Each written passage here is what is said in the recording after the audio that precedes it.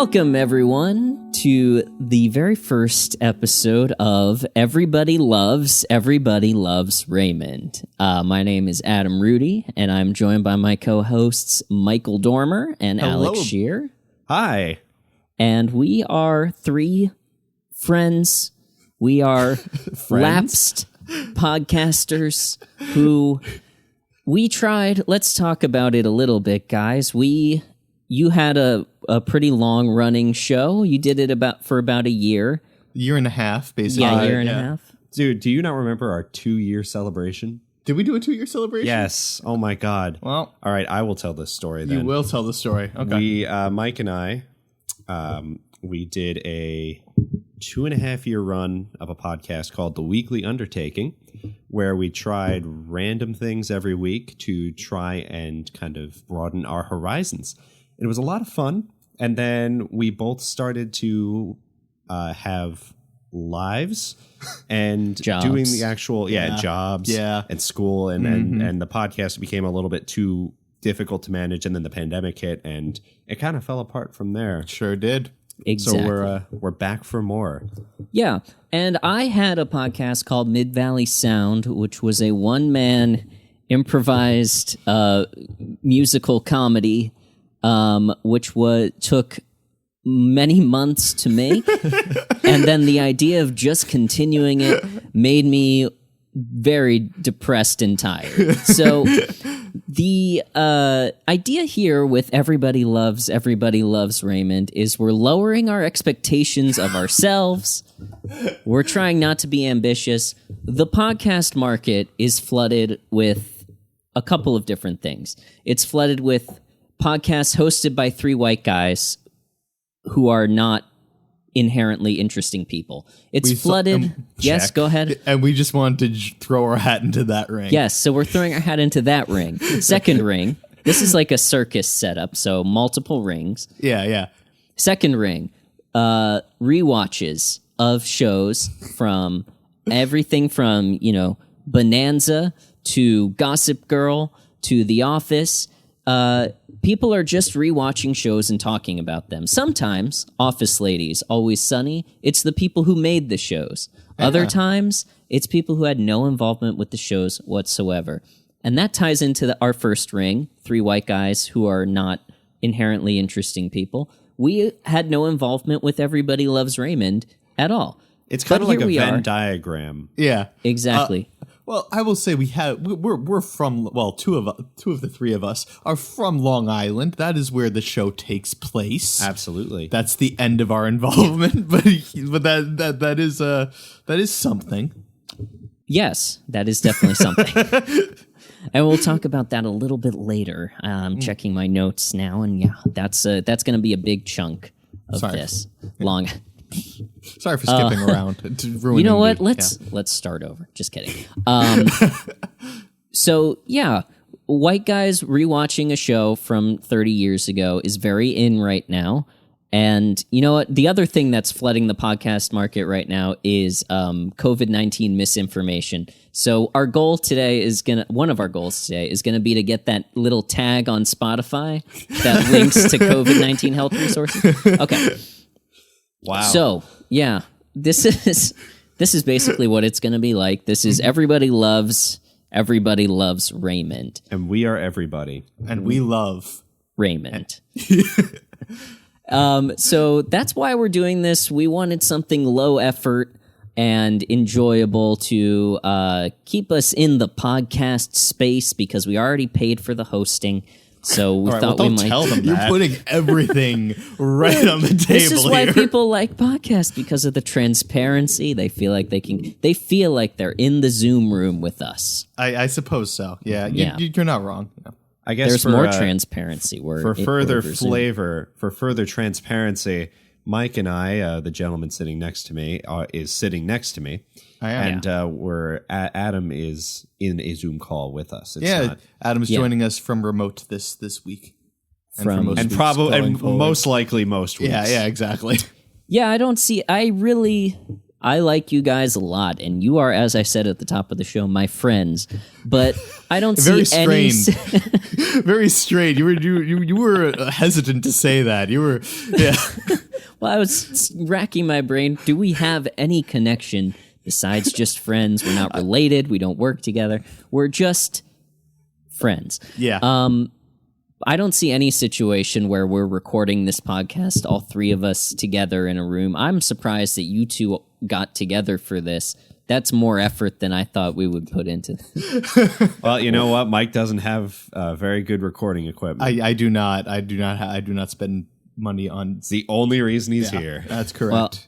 Well, when this takes off in, Singapore or wherever, top 70 on the comedy chart, we will go behind a paywall and we will get you a microphone.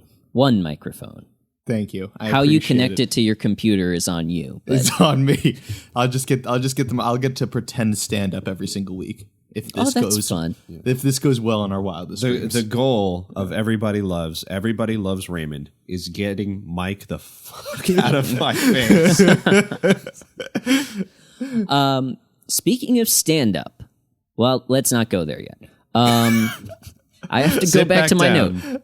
I'm sorry. Setting up too many segues here. Sorry. There we go. My note about Long Island. My curiosity is that does Long Island claim Raymond in the same way that you claim Billy Joel or, I wish. That's a great question, actually. And the answer is... So we were very young when this first took off. It is kind of a point of pride that we have Raymond, but like kind of passing pride, kind of like how, if you go to Flushing, you're not going to have people screaming out, "Hey, we're the King of Queens." You're not going to see that. But it's more kind of like if you're watching Everybody Loves Raymond and you have someone with Long Island in the room, from Long Island in the room, that before the episode ends, you're just like, oh yeah, he's from Long Island, just like us. Yeah, that is the point of pride where it's not something that we will parade. We will not be talking about Raymond on a daily basis. Well, I'll say I think until before now, and then I think Lynbrook in particular, because Lynbrook is a fairly small Long Island town. I think that neighborhood in particular claims Raymond in a very specific way because it's probably the only mention of Lynbrook in any kind of mainstream media. And full transparency, Alex and I both grew up there. So full transparency, remember, that's our motto. Transparency. Yeah, we actually, why don't we just dox ourselves at the end of this episode? And your address is? Yeah. What's your, we were both born and raised in the old Brook of Lynn.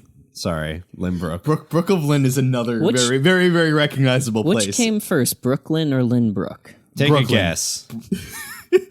Brooklyn absolutely came first, and then basically when Long Island was getting suburbanized, don't know if that's the actual verb, but suburbanized, people from Brooklyn came to Long Island, started the town, and was like, "Oh, we need a name. I like Brooklyn. How can we tie that in?" And they just switched the syllables. Yeah. Is it everything the reverse of Brooklyn? Like, yeah, exactly. We spell every Spumoni Gardens in Brooklyn is Garden Spumoni over here. We actually, it's actually a brick for brick recreation. We just flip some stuff around. You've got a lot of park prospects, but you don't have a prospect park. It's very speculative. You got that right. Yeah, we have a Ridge Bay. We don't have Bay Ridge. Yeah, right. Exactly. Okay, more examples. Berg William. And you went to high school with Berg William, didn't you? I sure did. Yeah, exactly. Yeah, we need one every single year. We parade Berg William around in the Lynbrook Festival Day Parade every single year. Yeah, is that real? Tell me about that. No, the Lynbrook Festival Parade. The Lynbrook Festival Parade, absolutely wish. Not. No. Like Mike said, Lynbrook. The only thing Lynbrook has going for it is Raymond and a train station. Yeah, and that's about it. Yeah. Okay. So what more broadly then is your relationship with Raymond? When did you first discover our friend? I mean, we love him, honestly. Mm-hmm. Full transparency, we love him. Yeah. When did you first meet Raymond? Let's put it in those terms. When did Raymond introduce himself to you? Genuinely, no BS, as early as I can remember. The reason being is because it was one of my parents' favorite shows when I was growing up. So like it was just kind of always on in the background. Or not always, but like after dinner at night when we were watching TV as a family, we would always have an episode of Everybody Loves Raymond on. My parents were very careful to switch the channel when the mention of sex came up and stuff like that, because As it will today. yeah, as Raymond mentioned in the beginning of every episode, it's not for the kids. Or actually, I think that's the season 2-ish intro in specific. This show has a lot of different intros. Yeah. Oh, yeah. Yeah, and it turns out that I was reading, full transparency, the Wikipedia page, and they pitched the show. It almost went to air without an intro, and then they were told by CBS that they had to have a title sequence. And so in later seasons, I don't think they have a formal intro. I think they earned the right to not have one, but That's true. Yeah. Right. Yeah. But yeah, I think this will be my first time ever watching it, sitting down pilot to finale, but I definitely have seen a very large percentage of them just by existing in my house. Yeah. Yeah. Alex, when did Raymond reveal himself to you? You know, this is so funny because my experience with Raymond is very different from Mike's. And I don't know about you. We'll come to you afterwards. Thank you. You're quite welcome. We'll include him in the podcast. Yeah, why not? Adam, we care about you. You are our friend as well. You know what? You're my friend. Full transparency. Full transparency, you're my friend. You're my friend. Full transparency. Regardless, I did not come across Raymond until I was in my undergrad years in college, where throughout my life, I probably, here or there, saw like maybe an episode in the background or something like that, but I never really I never observed Raymond until at one point during one year in my college journey, I found it on just a streaming service. I want to say Netflix. And I was like, oh, hey, this will probably be something. And then I started watching, and then right away, I could not believe they got Manny the Mammoth from Ice Age to play Raymond the Rogue. You didn't make the connection when you saw the show? Like, you didn't know of him on the show? You just knew him as Manny? Was it just the voice that got you? You saw the picture and you're like, that looks like a nice young man. I'll watch that show. And then you hear him, and then it's like it's the meme with the numbers floating in front of you. Exactly. Guys, I didn't expect you to dissect my bit so intensely. Oh, you were just picking it off? Oh, okay. Oh, okay. I didn't realize. Yeah. But hey, no, you're my friend. Yeah, no, full transparency. That was just a bit. Yeah. Regardless, I then proceeded to watch the entire show from beginning to end over the course of probably a couple of months. Mm-hmm. And at this point, this is probably seven-ish years ago. So I don't remember a lot. I remember a few key points, a few key jokes that stick out in my head as like moments I will never forget. They were just that hilarious. I also remember throughout my watch that I kind of started standing for Frank a lot. The Raymond's dad. What, like every time he came in the room, you would you salute? You stand up and I mean, he was a veteran. He's a veteran of Vietnam. We learned that, or Korea. He fought in Korea. Just kind of just became like really quickly like absolute favorite character. Oh, standing. Oh, we thought you said standing. Like when he came on screen, I would stand. You would stand and salute, yeah, or like standing up for like the pledge of Frank. Frank gets a bad rap. Justice for Frank. You defend. You're a Frank apologist. No. Sorry, I was trying to use hip lingo and full transparency. I think I just mispronounced Stan or lingered too long on the end. I think you linger. I think the linger was the issue. But you know what? Full transparency. Sometimes I say things wrong too. Well, great. Speaking of saying things wrong, Adam, how do you know Ray? When did our Lord and Savior Ray Barone come into your life? Well, speaking of watching an entire show and then not remembering any of it, Alex, my experience with a lot of shows was similar to your experience with Raymond.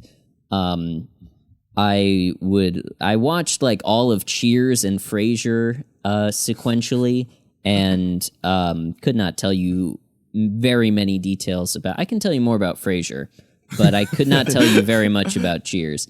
But before like Netflix came around and made that possible, most of my understanding of Raymond came about by watching the show in syndication on TBS like every day after school. What is in syndication? Syndication is where, okay, so clearly, listeners, we don't do a lot of research and we don't know everything. We're just three guys. Two of us are from Long Island. One of us is not. But I know a little bit from my time watching television. So I'm going to explain any terms that come up in full transparency, any terms that come up that you might not be familiar with. So, Michael, I'm glad you asked, just as we had scripted it. Syndication is reruns. So, like a cable network will buy a syndication package of a show where they get the rights to then air, like, you know, the series. Sometimes it's the complete series, sometimes it's not. But Gotcha. Yeah. So every day after school, I would come home and watch TBS, and they were very the sort of predictable sequential nature of it was very satisfying to my young brain, because you had Friends, and then you had Raymond, and then you had The King of Queens, and then you had According to Jim, and then you had Seinfeld, and then at the end of the day, like at nighttime, it would switch back over again, and you would get to see the same Friends and the same Raymond and the same According to Jim. You watched a lot of those sitcoms, huh? Not to make it sound like I sat there from like 2 p.m. to 2 a.m. watching sitcoms, but no judgment if you did. I'm just curious, dude. No, I mean, I would watch that same full transparency. I would watch that same block like every day for like 2 hours. And then over time, you know, they would show them more or less in order. If you missed a day, you were kind of fucked. But the thing about Raymond is it doesn't matter, because nothing changes. Nothing, and there's changes. No. There's no long-term story to any of it, at this point at least. Yeah. And so I would just eventually I would get to the end of from wherever I was when I first started watching it. I would get to the end, and then the syndication would start the series over, and they would play from season 1 through, and then I would catch up. I would hope I didn't like watch the same cycle multiple times, but there's no way I didn't. Maybe I missed a few but once we sort of as a family cut the cord when I was like late high school, like senior year of high school, I didn't really pick up with Raymond at all. The only show I really watched in syndication and then again in streaming was Frasier. Right. But I never revisited Raymond. Well, that's an opportunity for us here. Yeah, that's the whole reason I brought you here, is because of me, and I feel like I'm missing something in my Did life. you just Full feel transparency. like, I want to watch Everybody Loves Raymond. We could profit from this. I don't think we will, but We don't know. Profit from our friendship at the very Ray least. Barone, if you're listening. Or Ray Romano, if you're listening. Come on the podcast. Well, let's tie that into something I wanted to ask you, which is, so we're here, we are doing it, we're like 12 minutes into it at this point, and we're going to be rewatching Everybody Loves Raymond. We're going to invite some of our friends to come on occasionally and watch it with us. What do you hope to get out of this arduous process of watching Ray grow and change, except not really, and then it's all sort of the same, and then it has kind of an ending, and then it, you know, then you start syndication over.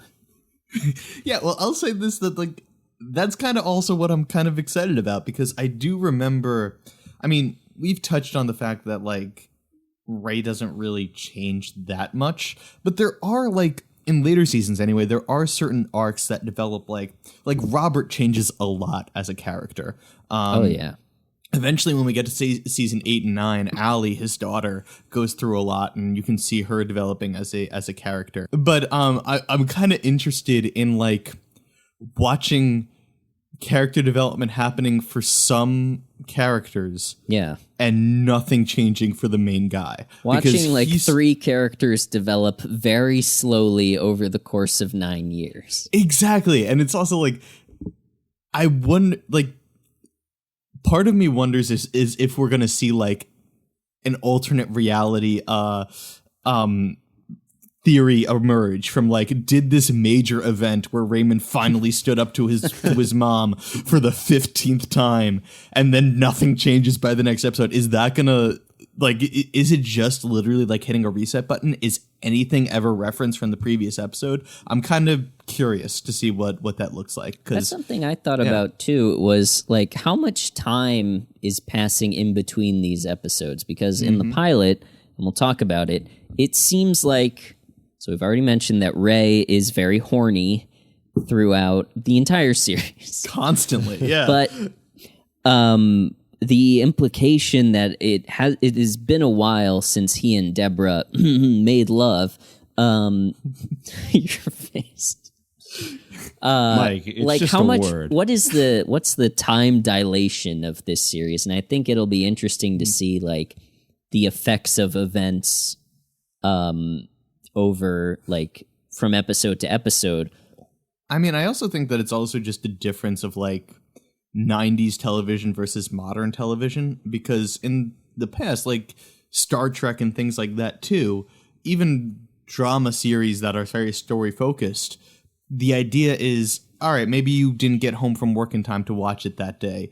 Doesn't really matter. Next week you can still pick up and you won't really have missed much. And that's entirely different from today. Even we mentioned before in the Office and other sitcoms, more modern sitcoms, like, events happen, relationships change. Not too much with Raymond, but yeah. And with the advent of streaming services, like, these types of shows are the norm now, where you're expected to watch every episode one after the next from start to finish because you decide when you watch them. Yeah. Yeah, exactly. Alex, what do you hope to get out of Raymond? I'm hoping to get a few things out of my good old buddy Ray. Firstly, I am thrilled to see how many times in this show I can spot a boom mic. Because casually watching it for my first time, I counted like 3 or 4 times, like when I was not even looking for it. And this time I'm going to be looking for every instance. We should have a boom mic counter, Boom like count, in the bottom. Yeah, boom count. Yeah. So that's one thing I'm very excited to see, like little bumps in the road like that. What else am I excited to see? I am interested in seeing kind of, I mean, you guys say that, like, you know, the show, you know, it's a reset button every week. And that is true. Like, the show does not fundamentally change from a plot perspective, but the show, in a way, and I want to clarify this as we're watching it, grows and changes because it expects the audience to have, as it goes further and further along, an air of understanding as to what is occurring in the show weekly. So I want to see, like, as we progress, is it going to, like, kind of amp up, like, the hum and drum where it's like, all right, this first episode, we had to go through the whole song and dance of, like, providing evidence that the parents are insane, like seeing kind of Deborah's reaction and seeing Ray's cowardice. And, like, as we move forward, maybe seeing those steps kind of get, like, skipped because we are all very familiar with them at one point, and kind of, like, see if we could deal with more, like, the consequences of those base actions, because it is going to be very similar things for a large portion of the show. That is true. They don't really. Eventually, they don't have to justify the craziness. You just kind of get it. You expect it. It ultimately culminating in, spoiler alert for everyone watching along at home, eventually culminating in them opening an episode with Marie driving the car into the house, which the first time I saw it, I thought was the single funniest moment in all of sitcom history. Yeah, it's going to be interesting to see, because this episode is more of the, and we'll talk about it, more of the like small, like butting of heads between Ray and Deborah. It's and, the stage setter. Yeah, and Marie and Frank. And then as the show goes on and they add more characters and situations, I'm going to be interested to see, because I don't remember if things become like unrealistic, like crazy. Right. Like, does Robert kill someone at some point? I don't remember if that happens. It might. Maybe. Based on this episode, it seems like he's like a hair trigger, Yeah, he's just about, right? We'll talk about it. So that's all very well and good, and what I hope to get out of this is I hope that you two get what you want to get out of this. Because, You're not excited for anything about I am Raymond? Excited. Okay. One thing that I'm excited about for this is the possibility of Ray hearing this and going, huh. You know what? That would be fucking beautiful, man. And I don't want him to be on. I don't want to, get any recognition from him. I just want him to know it exists and be like, oh, all right. All right, then. Yeah. I kind of love that. I you know what? Same. If we can bring joy to Ray Romando's life, I would love to have joy. it. Worst case, we'll buy a cameo from him. Ooh, I wonder if he's. I bet someone from that show is on Patricia in the Heaton break. Is definitely on Cameo. Yeah, in the break, we'll look and see if anyone's on Cameo. Yeah. But for now, I want to talk a little bit about the show as a whole. So, I'm going to let Ray explain the premise here. My parents live across the street. That's right. Truth is, I'd do anything for my family. And done. All right, well, he's already explained it then. Oh my God. I just with that clip being audio alone, it just I imagined that was the sound of him stuffing a body into the back of a car. And done. So he lives with his wife and his twin boys and his daughter. I wish it was that. That would be a much better intro to the series. That would very different series, but yeah. Yeah. Yes. So I want to talk about where this premise comes from. So Ray has been a stand-up. This is 1996. Ray has been a stand-up for about 12 years. He's toured. He's been on TV a couple times, and then he does this Letterman appearance in 1995. And this is the time of Roseanne and Home Improvement, where they're basically taking any comic and putting them in a family situation, and then suddenly that's a show. Yeah. And then they have opportunities to work in their jokes and stuff. So I want to play a little bit of, he does this Letterman appearance, which, according to the Wikipedia page, full transparency, he does this set, which is 5 minutes long, and then lawyers are, quote, lining up to sign him to a development deal. Oh, wow. So I just want to play a little bit of it, and, maybe it was the time, or maybe it was I don't know. I'm not going to set any expectations, but here. Our ladies and gentlemen, next guest is a very funny comedian making his first appearance with us tonight. He can also be seen all this week at the Comedy Stop at the Trop in Atlantic City. Do me a favor now, please, a nice welcome for Ray Romano. Ray!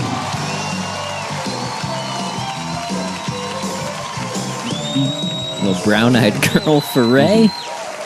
Thank you. I wonder why. Well, thank you. Wow. Thank you again. Wow, you're too good almost. Good, I'm glad. It's great to be back here in my hometown, New York. I've been traveling and the crowds aren't as good. I was in Montreal, Canada last week. Beautiful city. I learned some French there. They're all bilingual. That's what amazed me in Montreal. I went into a Burger King. The Burger King employees are required to be bilingual. Just think about that for a second, folks. Have you been to Burger King in New York? Yeah, they're not even lingual here. Okay, so all right, we're gonna stop after that. so, after that one. So you're a lawyer and you're watching this set, and the first joke. There's a lot of build up, and he's really warming the crowd up. Maybe he's nervous. I don't know, but he's been doing this for 12 years. Is this his network television debut? I don't know. I don't think so. He was on Evening at the Improv in 90, which is an interesting set that I suggest you look up because it's a little homophobic. But yeah. So you're watching this, and this was a different time for stand-up. Right. Yeah, so the comedy boom is happening, and maybe standards are a little lower because the market is so saturated. You're making a lot of excuses. That joke killed. It did kill. No, that's what I'm saying. To our sensibilities, that joke sucks. It's barely anything. Mm-hmm. Yeah. It's airline food level. Yeah, right? True, very true. So does he go on for the bit, or does he drop Burger King? I don't know if this is the end of the bit. Let's see. Let's see. Oh. Actually, I do think it goes. This is an applause break for lingual. You have to kind of draw your food here. Hamburger. I'd like a hamburger. Hamburger. I am to go. Gonna go. Take it out. Here, I'll put little feet on my hamburger. They're bilingual. Said it again. This comedy routine is sponsored by Burger King. I have children. I have to take them somewhere. So this is getting into the material that then we build the show on. This makes more good. I was a little worried he was going to do a tight 5 specifically on Burger King, but it'd be a loose 5. Pretty loose. Lingual.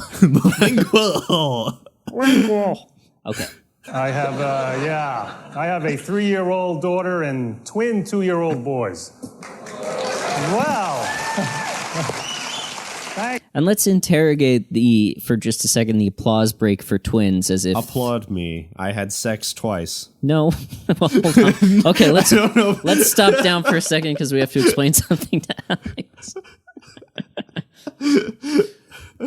He didn't do anything to get twins, and it was a purely random coincidence that he got twins, and yet I don't know. Maybe the audience is just applauding the notion of children. Again, it was a different time. I mean, yeah. Mm-hmm. Okay. I think it's supportive. Let me out. I have to leave my house just to make phone calls now. You can't. No one really wants to talk to you on the phone when you got kids running around. Every business call I try to make, I screw up eventually. The 15th is fine. I just need to know, where do you think you're going with that cookie? Put the cookie down. Not you. Sorry. I didn't mean to scare you. I didn't know you were eating a cookie. That's funny. That's pretty good. See, now he picks up steam. I also think that bit could work today with work from home, stuff like that. Yeah. Absolutely. Yeah. I think and this is something that was interesting because I watched the one from 90 and then I watched this one. When he starts what year was out, this one again? This is 95. Okay. When he starts out, he's doing sort of hack kind of material. He's very almost leaning into the everyman thing, but he doesn't really have a point of view. Mm-hmm. And I think once he starts leaning into the family stuff and has that experience to talk about, that's when his identity sort of comes out. And that's when the jokes are a little more unique and a little better. The Burger King stuff, not so strong. The twin stuff, pretty much stronger. It's pretty okay, yeah. It's fascinating now because, that makes sense that he would then go on to do this show. I mean, like you said, family kind of situational sitcoms were big for comedians during this time, but for Ray, it actually seemed like it was a reasonable fit. Yeah, I mean, I don't know much about Tim Allen's act beyond the the grunting and the casual misogyny, but I don't know how much of it was like based on his actual experience. Other more so than just stereotypes. Right. But with Ray, you really get the sense that this is his experience that he's speaking to, and I think he goes on to talk about. I'm going to scrub it a little bit. He goes on to talk about like the whole Italian mom thing. But let me show you this is the thing. So after this set, a bunch of lawyers apparently come back and try to sign him to a development deal. He eventually signs a development deal with David Letterman's production company, Worldwide Pants. And they then look for a showrunner to create this show. They end up going to Phil Rosenthal, who had sent them a Frasier spec script because they also did Frasier. And for the listener, a spec script is when a writer writes a script that they have not been hired to write and then tries to sell it to a show. He didn't even let you ask this time, Mike. No, he read my mind. I read his face, his look of utter confusion. But they go to Phil Rosenthal and they show him a tape of Ray. Ray makes this tape that they send around to showrunners where he does a little bit of his act and talks about himself. This is the joke that convinces Phil Rosenthal to do the show. Write jokes because all I do is try to make them laugh all day. That's what happens when you're a parent. You're a comedian for them. I can make them laugh. I can make an infant laugh in a second. I tell you, I'm losing my perspective on adult humor. I wrote one new joke since my twins were born. Here, is this funny? What do you think it is? Hi. Hi, everybody. All right. For context, he was jingling his keys in front of the audience. He was jingling his keys, which... I mean, chuckle-worthy. Good joke, right? Yeah. I mean, good enough. I mean, good enough to get a good enough for 9 seasons TV show. Like it's 9 seasons based on jingling the keys. I mean, yeah, exactly. Yeah. I mean, Mike, can I borrow your keys? No. It's been done, I'm afraid. Oh, damn it.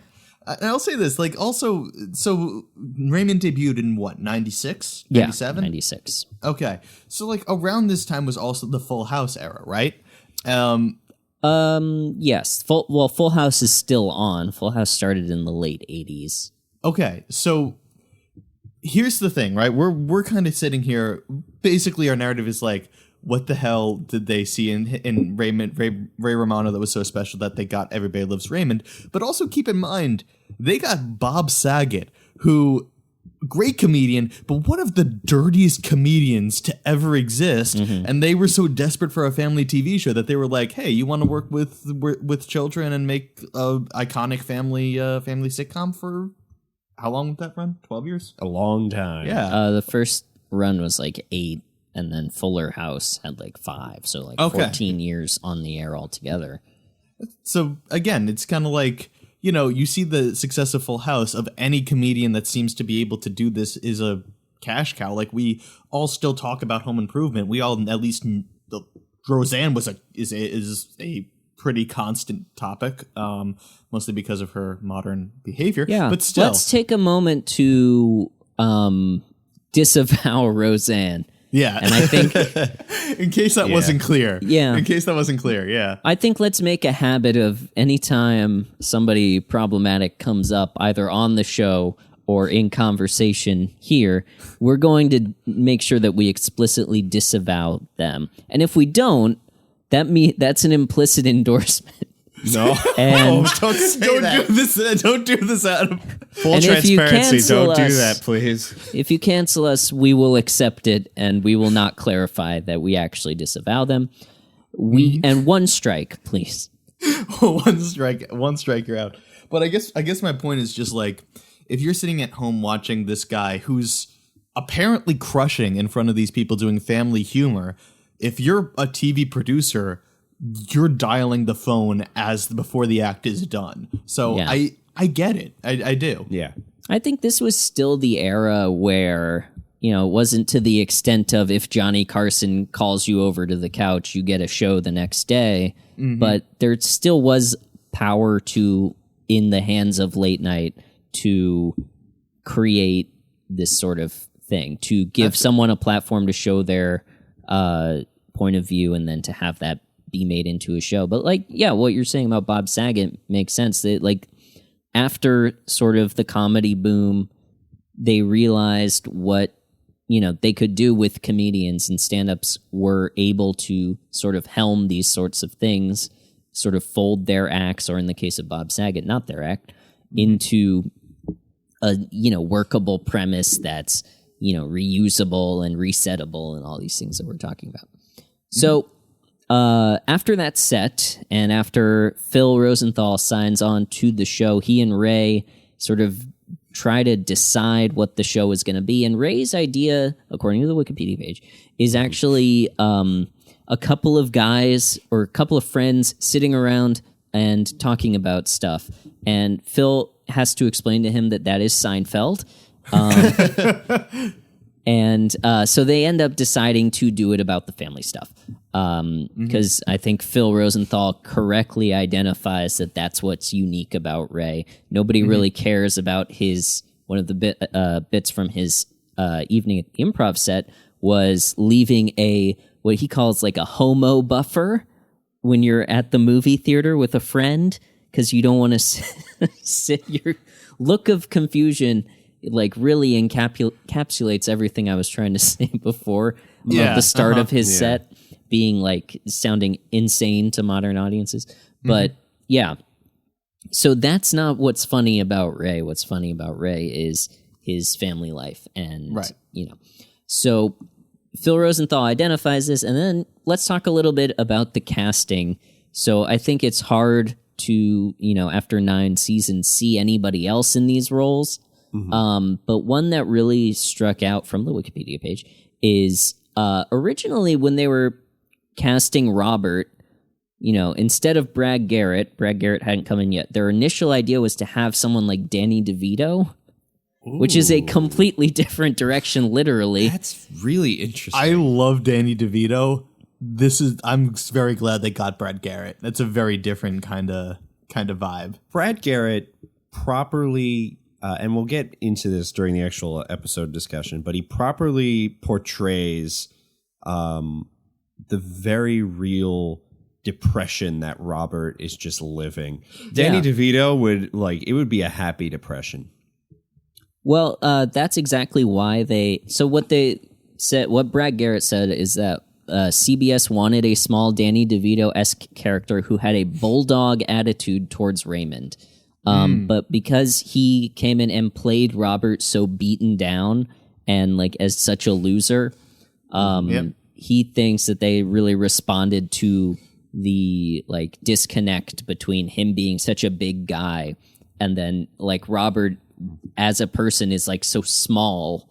He makes himself so small that it's a much more interesting character than I agree. It's funnier. He has some really strong there's a great, we'll talk about it in the episode, but there's a great physical moment that Brad Garrett does it made me laugh out loud. Yeah. He's a great actor. He is a great actor and a decent stand-up, although also a little bit of problematic material in the past. But it was the 90s. Go ahead. I've never seen Brad Garrett stand-up. I actually didn't know that he did stand-up before. Me neither. This. Yeah.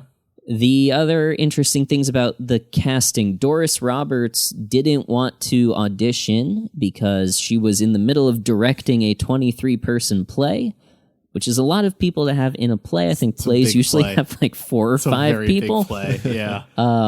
But apparently the production company called her agent, who told them that she had Monday free. Which, if you're Doris Roberts and you've been working 6 days a week on this play, and then you're finally have Monday off, and they're like, no, you've got to go in and audition for Ray Romano's mom. But she goes in and she actually does the Fruit of the Month scene, and that gets her. Yeah. She apparently didn't prepare at all for it, and just sort of did it authentically, and she was the one that they chose out of 100 people who auditioned. I mean, full yeah. transparency, and we'll talk about this when we talk about the actual episode. But that Fruit of the Month scene, Yeah, very memorable. Yeah, definitely. that was Definitely. probably It's a my great favorite bit. scene in the episode. Yeah, It's a great bit. Yeah. Peter Boyle, who plays Frank, got lost, and my so man. he was already in a bad mood, and then he apparently played it with that, and that's what they really responded to. Mm-hmm. And then, so interesting stuff about Patricia Heaton, Patty, as her friends call her. Patty Heaton.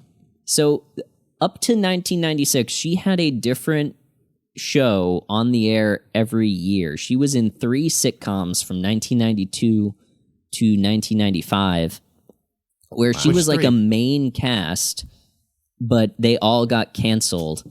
And she kept doing new, and these were like full seasons too. They weren't just pilots, but she was in a show called Women of the House, which is a spinoff of Designing Women, which I don't know if you saw any of that.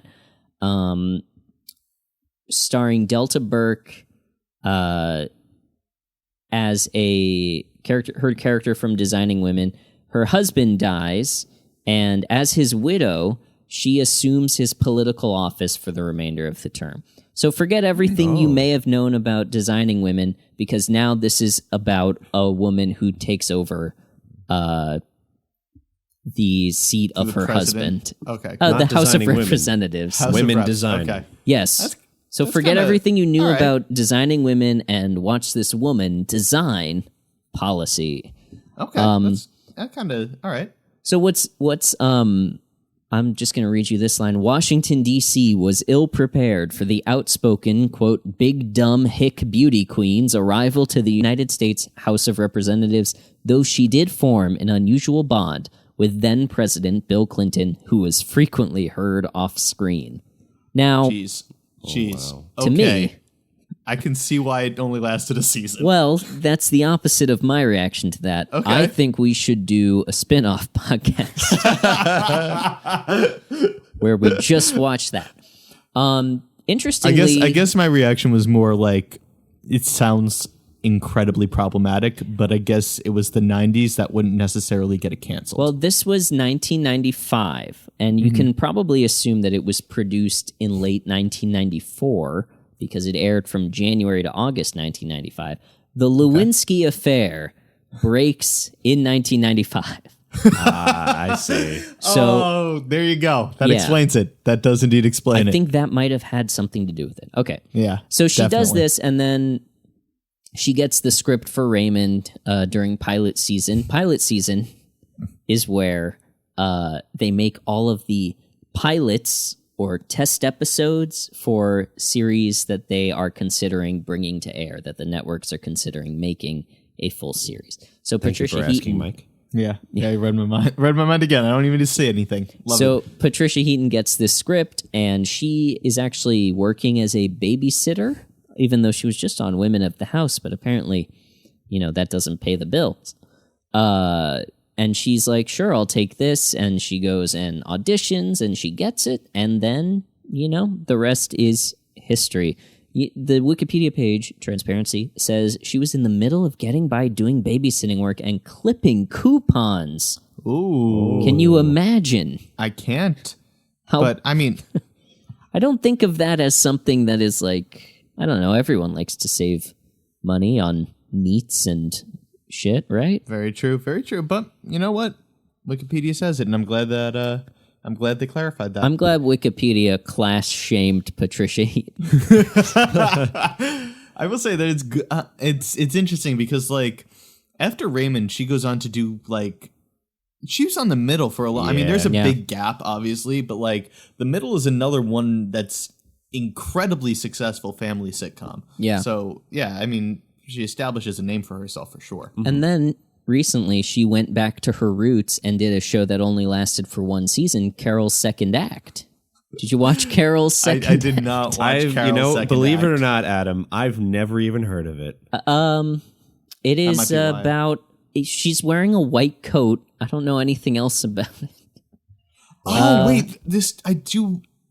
I remember seeing a trailer for this. It's something about like a second career. That's kind of what I remember. After raising her 2 children and retiring from teaching, Carol embarks on a unique second act, pursuing her dream of becoming a doctor by completing medical school and beginning an internship. Okay, so I see. So it's like she retires and then starts a second career. Okay, yeah. Yeah, and it was canceled after 1 season, although it was canceled in March of 2020. So there may have been other considerations there. They were probably like, good point. We're not going to risk people's lives for Carol's second act. Yeah. So, I don't know. Yeah. But yeah, no, she had a really... Yeah, I'm go sorry. ahead. How baller would it have been if like they released the second season of Carol's second act and like she was working from home like on Zoom? I was thinking the opposite way of like they had guest star Anthony Fauci and like stuff like that. Oh yeah, they really could have played up the medical angle. They could have leaned into it, and I'm glad they didn't because there was so much misinformation happening around that time. But at the same time, there's an alternate universe where Carol's second act saves America. And I'm sad we don't live in it. Yeah. The Middle was on for 9 seasons. I'm looking up now. So as long as Raymond. Oh, that's true. Yeah, so she's, matched her success on Raymond. Mm-hmm. The Middle is a very, very good TV show. Yeah, it's very funny. Yeah. It's hard to land like a big thing. Hard to catch lightning in a bottle twice. But what's interesting to me is that she did. Like, she was, a lot of people have their big sitcom and then they work sporadically and that's sort of their status quo. But for her to, have her big sitcom and then work sporadically and then have an equally big sitcom. Mm-hmm. It's massive. It's very rare. I'm just very happy for her.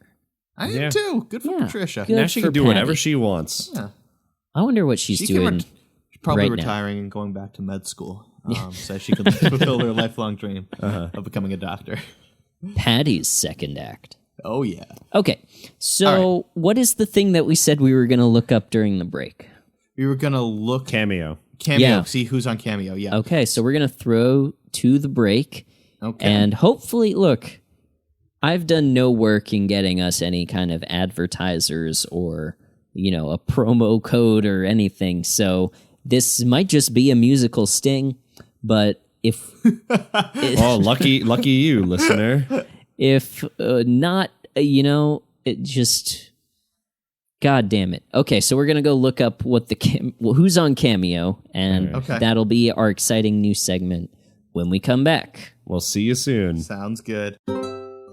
Okay, so I was able to find us an advertiser. If you are looking for email... marketing tools, look no further than MooSend. That's MOO like a cow and send like an email. MooSend is an email marketing platform used by organizations like Sony, WWF, and UNICEF to create highly engaging, responsive newsletters. MooSend provides you with segmentation tools, powerful personalization features, campaign reports, and advanced A/B testing options to power up your email marketing strategy, all under their free forever plan. You can upgrade to the Pro plan for unlimited visitor tracking, landing pages, integrations, and much more. Go to ads.postfun.info/moo to sign up today and let them know that Raymond sent you. And we're back. Okay, so in the break, we found out that Brad Garrett is, in fact, on Cameo. And he's the only one on Cameo. The only cast member on Cameo. Also, I have the price in front of me. Adam, I want you to guess how much... let's go personal, because there's a different price for personal use and for business. Right. So for personal use, how much do you think a Brad Garrett cameo costs? I think it's difficult to predict this sort of thing because it's all about how they see themselves, Right. Do they think that they're worth this much? Do they think, maybe nobody wants a cameo from me, I'll put it pretty low? Or are they being altruistic and they're like, I can do, 10 seconds or whatever. It's, keep it low so that I get to get the love of the fans and spread the joy. I think Brad Garrett is charging $250. $250. Okay, we'll do Prices Right rules. Whoever Well, is then I'd like to closest change without my going answer to 1. over. Well, I'm going to go to Alex now. Okay. Okay. So 250 from Adam. 250 from Adam. I'm thinking about it. I mean, like, look, when I think of Brad Garrett, my mind instantly goes to like Robert's mindset, which I know is not the case with how Brad Garrett perceives himself. At least I hope. Right. I'm gonna go like 175. Okay. So Adam is 250. Yeah. Alex is 175. I didn't want to be a dick and just go like $1 after you said Price is Right. rules. So you're both wrong. Okay. Personal use cameo from Brad Garrett costs $450. Whoa. Yeah. I'll say this. He's got 181 reviews, all of them 5 stars. Or he's got a 5-star average at the very least. How many reviews? 181,000 followers. Okay, so apparently it's worth that much money. Yeah. He's made $72,000 from Holy crap. front-facing videos. At a minimum. At a minimum. Just as a comparison, Wayne Knight, who's Newman from Seinfeld, how much do you think? Yeah, how much do you think he costs? Charges $50. $330. What? Wow. These guys are making bank, man. These guys are making bank. I don't understand why they charge so much. They're getting residuals. There are people that are willing to pay them that much money. That's why. I guess so. They probably do some like A/B testing here and there to be like, okay, I'm going to put it at $250 for a while, and then I'm going to see if I can get away with $300. Look, here's the thing too with Cameo, right? Like if you set the price at like $50 and you're doing it to be like nice, you're going to get like a lot more work for yourself. True. Yeah. It's a good look. You're right. It's a way to make sure that everyone's happy. I'll also say that for business, because Brad Garrett ain't no shill, for business, it costs him $750. And what's the difference? You can get him to be like, advertising. Herbalife is great. I see. Yeah, exactly. And for that, you're going to need to shill out $750. That doesn't seem like that much to get an endorsement. Really especially really when not. a personal is more than half of that. I don't know. Yep. So that's the sorry state of Brad, or the very fortunate state of Brad Garrett. Yeah, he's fine. He's honestly, he's fine. Ooh. So now, before we go through the episode, I just want to give you a little bit of an insight into what's going on at the time this episode comes out and the time leading up to it. It is September 13th, 1996. Okay? This is the day. Well, actually, I'm going to build up to it. So there's something called the 1996 Everest disaster. Oh, God. At the start of the year. Where are you going with this? Well, I'm just giving you an insight into this is what's on everybody's minds. This is the year that they've been through. Do you think that people are tuning into Ray Romano saying, all right, what's his take on Everest? They don't know. It's uncertain times. The wind on Everest or snowfall or whatever claims 12 lives. And now here's Ray Romano. Well, not for several months. I am so happy that he did not go down that path of like having to acknowledge every tragedy. Okay, so we fade from black onto just Ray on the darkened set, spotlight on Ray, a single candle, no, 12 candles behind him. And he's holding a snow globe. And he implores us to take a moment of silence as he dedicates this episode to the victims of the Everest disaster. Just as he finishes that, the twins and his daughter come running in and smash the snow globe. The flies. Yeah. It's important that we don't forget the 12 people running with that cookie. What are you doing? Yes. So the 1996 Everest disaster. The Nintendo 64 is released in 1996. Cool. Dolly the sheep is cloned in 1996. Oh, wow. I am but a month from being birthed. Oh, when your birthday is? In October. October, right. Yes. For some reason, I guess you could technically have meant August because you would still have been a month away. Right. Yeah. So, I don't know. I didn't want to... I don't want to give out my birthday. Adam, are you okay with bleeping information? Yeah, I'll bleep your birthday. At this point, at the release of Everybody Loves Raymond, I am Deborah's old. So, yeah. Okay. Just yeah, that is your exact birthday. Yeah. And we have an approximate address for you. I think if someone was going to do a public records search, maybe hit up Spokio Yeah. or something. Spokio? Spokio. You ever Google your name and you come up on Spokio? I have never come up when I Google my own name on Spokio, believe it or not. I'm sorry. I just wanted to ask one question from Adam. I definitely think we're going to have to censor some stuff throughout our run of this podcast. Now, let me hear your thoughts. For the censor, can we have it be Ray saying Deborah? Yeah, well, of course, it has to be. Or I love it. Maybe there's some sort of like wanton sound that we can find that's just him. Well, Everybody loves Raymond. we'll find something. Everybody loves Raymond. Yeah. Yeah, we'll find something. Okay, that is work I'm willing to do. Yeah. What else happens in 1996? So Charles and Diana divorce in 1996. Did she die in the car crash yet? No, that's Okay. 97, I think. Okay. Also interesting. So September 13. Well, hold on. 1996 is an election year. Do you know who the candidates are in 1996? Okay, so 96, it would have been Bill Clinton. Yes. And I don't know who the other guy is. Alex? I'm not sure. You're asking the wrong guy. Is It's it Dole? Yes, it is. Is it? Bob It's Dole? This is Hey, so the banana guy. yeah, of banana fame. Of the banana fame. So, yes, leading up to the release of the pilot episode of Everyone Loves Raymond, Everybody Loves Raymond. Yeah.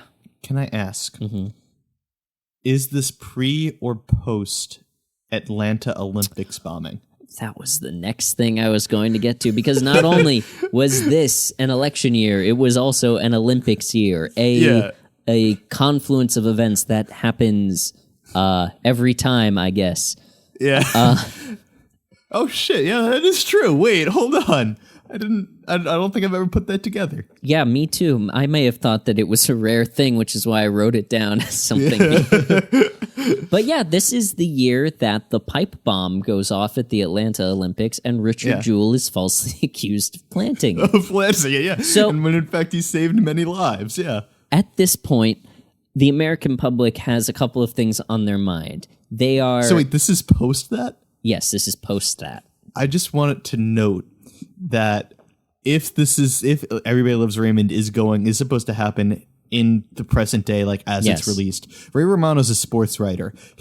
Or Ray Barone is a sports writer. Yeah. He should have been on investigation he's probably writing a good bit about the Atlanta Olympics and how awful the bombing was at some point. Well, like, Was- this came go out ahead, in Alex. September, this pilot. So when was the bombing? August? Well, the summer. I know that much, summer. because it was Okay, the so Olympics. At the very least, it was like maybe like a month had passed. So maybe We're back it to would the have Yankees. It would have been done with by then. Yeah. Was baseball...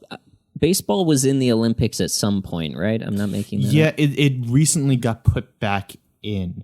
So I'm pretty sure. I mean, you're not allowed to have active MLB players in the Olympics.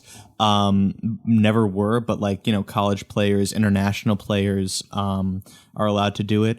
The reason I know this is because I'm a huge baseball fan. We just got out of a pandemic where the only thing that I was able to watch was the KBO, the Korean Baseball League, and the Olympics, where America took the silver medal, Japan took gold, and the DR took bronze after beating South Korea. You ever see the Tom Selleck movie, Mr. Baseball?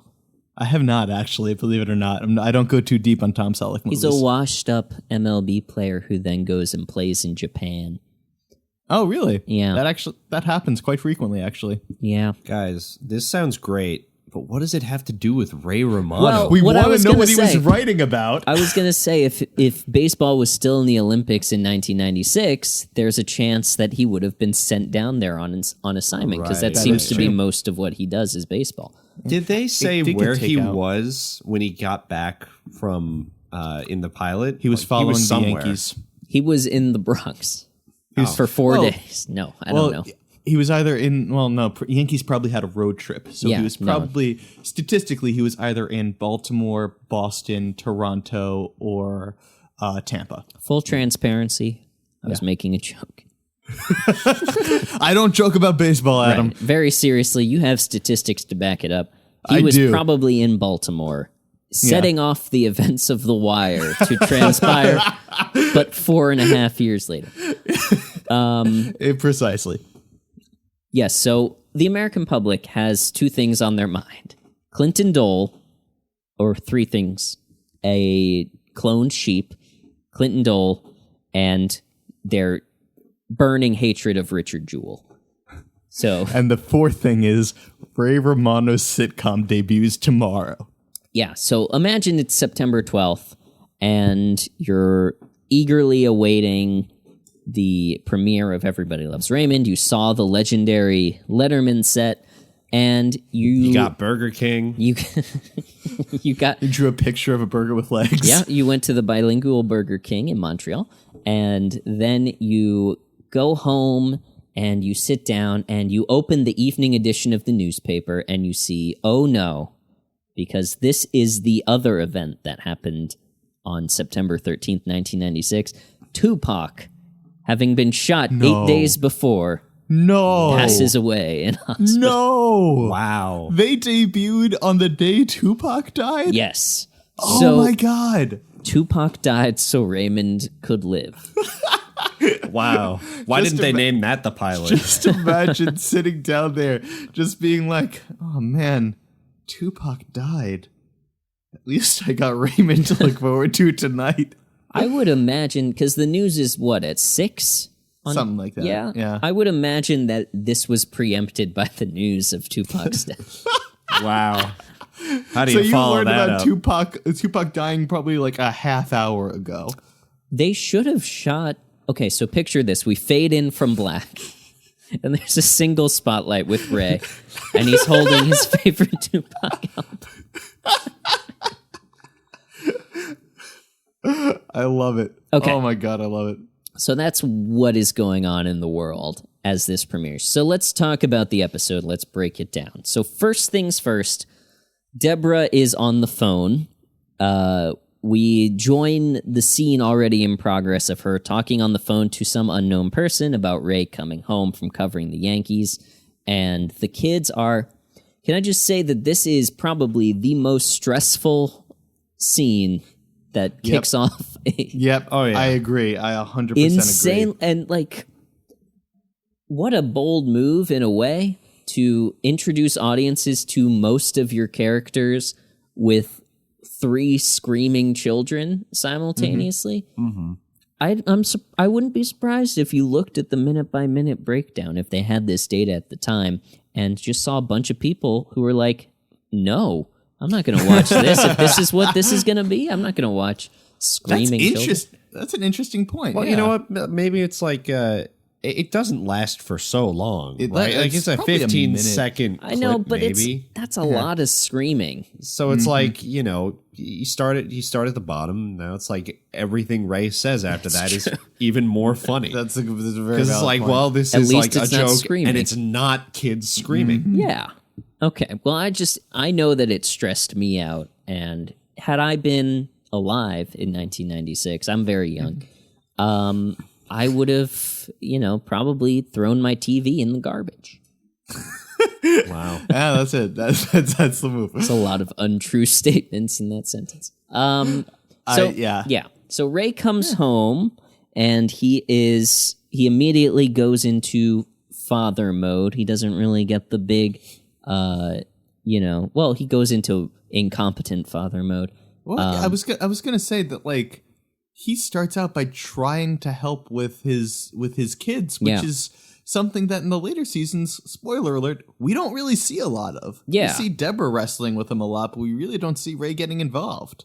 Well, it's interesting as the episode progresses because, well, at first, Ray is competent, and then he remains competent pretty much throughout this episode. He's able to manage the kids and, keep the house clean and stuff. And then in later seasons, I think we start to see that, like, incompetent dad trope really get played up a little, where he's just not even helping. But at this point, Yeah, I'm interested to see this change because, I mean, you both have not, well, I know Mike has not watched it, like, from start to finish. No, and Adam, I know, I believe you said you haven't watched this in quite a hot sec. And from what I remember, what you're describing feels accurate, but I can't speak to the legitimacy of that progression. Right. But I think that's going to be something very interesting for us to pay attention to as we go. Like how, like the is it a switch? We'll rate Ray as like how good of a father he is, and we'll see if that goes up or down. Let's do that. The years. Mm-hmm. There we go. Because we were worried that this show doesn't have a lot of stuff to keep track of over the years. So we're going to invent a what should we call it? A dad scale. Yeah, scale. Like a scale of 1 to 10. Yeah. How good is it as a dad? Is Raymond? Okay, let's set some baselines. Yeah, we got the boom mic count, and we got the good dad scale. Yeah, We got the dad. So let's set some baselines. One being the worst. Who is the worst dad? Peter Griffin, probably. I'm like macro. Like think outside of the world of television. Outside of sitcoms. Oh, I mean, there are a lot of really bad dads. Actually, you know what? Let's keep it to sitcoms, and let's say I don't know, Archie Bunker. Sure. Or maybe Fred Sanford. Well, I don't know if he's that bad. He's just ornery. Am I going too old with these references? Just a bit, just a tad, yeah. I know Sanford has sons. That's all I know about Sanford. I hate to correct you, but it's just the one. Oh, I apologize. What about Married with Children? What's his name? Is that not Archie Bunker? No, that's Ed O'Neill. He's a bad dad, right? He's an angry dad. It's an interesting distinction. I mean, Peter Griffin is lazy, so that's why I say it on him. He actively verbally abuses Meg, like on an episodally basis. Yeah, he's a crappy guy, and like, I mean, in the earlier seasons, I believe he has his moments, but like, he uses them more as comedic tools rather than children. I mean, Walter White is also a pretty bad dad. Well, he does it all for his family. That's bullshit. No. Don Draper's a terrible dad if we're going to break into prestige. Yeah. The blonde girl. I didn't watch all of Mad Men. Yeah. No, he's a bad dad. He's a very bad dad then. He's a mad dad. Yeah. He's the maddest dad. All right, let's say Don Draper and Peter Griffin are tied at number one. The worst dad. At 1. Or we could do for 10, I'd put Danny Tanner into the ring. Danny Tanner, yeah. Danny Tanner's a very Excellent good dad. I can't think of any mistakes he's ever made. Honestly, I can't. He got Michelle a horse that one time. And then she went into a coma and lost her memory. That's what a strange way for that show to end. Honestly. It could have been we would have DJ settled with just graduating a clip show. from it could have been any number of things. It could have been a billion things, yeah. So Danny Tanner is definitely up there as far as best sitcom dad. I'm trying to think of other like TGIF. What's Reginald Vell Johnson's? What's his name? Carl Winslow on Family Matters. Oh, Family Matters. Yeah, I believe it's Mr. Winslow. I think it's he's Carl. such a good dad that he basically adopts Steve Urkel. Yeah, right. He's not a. Well, actually, he is a dad. Who's Will Smith's dad in Fresh Prince? Uncle or Phil? His uncle. Okay. Uncle Phil. Well, yeah. Uncle Phil. Yeah, Uncle Phil's He's a dad good. figure. Yeah. He is father figure. rich, so there's the whole class element of us choosing him as the best dad. Is that coded with like classism? So I don't know. I mean, sure, but he also cares about. I'm looking more for how much they care about their children. Yeah, okay. That's what I'm going no, I for. think, I think let's say Uncle Phil and Danny Tanner are tied for the best dad. If you want to throw Winslow in there, I would not. I would say Carl Winslow's probably a 7. Okay. Now, yeah. Sorry, but I mean to now go forward, I'm curious to see like how are we going to be judging Ray? Is it going to be more by action or intention? Because we are following from his perspective for most of the show. I think it's also, a mix, right? It is, because like in this episode, he's not actually concerned with the well-being of his kids. He's concerned with how much is my wife going to yell at me? And he's concerned with, am I going to get to fuck? Yeah, he's very concerned. He is when do I fuck? For a first episode, it's kind of setting it up like Ray is going to just be a horn dog the whole time. How do I seduce my wife? He definitely pulls off deprived at the very least. Definitely. Yeah. But yeah, no, I mean, from his perspective, like he knows his mom will not like put the kids in any like meaningful danger. He tries to like stay home and do the right thing, even if it is for the wrong reasons. He runs out with Leo the second He his gets mom gives pushed him the out. pass. He gets pushed out. So could much just to say- say about that. Okay, Yeah. but let's move a little chronologically. We'll come to that. we're We'll jumping get to all Leo. over the We'll place. get to Leo. Well, we're Okay, just so fucking mad at Leo. yeah. So, okay, Leo sucks. Ray comes home and he's a good dad at this point. He's like, Yeah. I don't know if he's Tanner, but he's Winslow at least. He's given it his all. I He's mean, yeah, I mean, trying. he shuts up the kids by giving them cookies, which probably isn't healthy. But you know what? We'll give it to him. It's a stressful afternoon. yeah, you know. Wife's he's had a just long trying to- day. It's very clear. Yeah. So then we see this opening sequence of Ray assembling, while giving a monologue about his life, he's assembling a sort of like Fisher-Price, like hard plastic play set.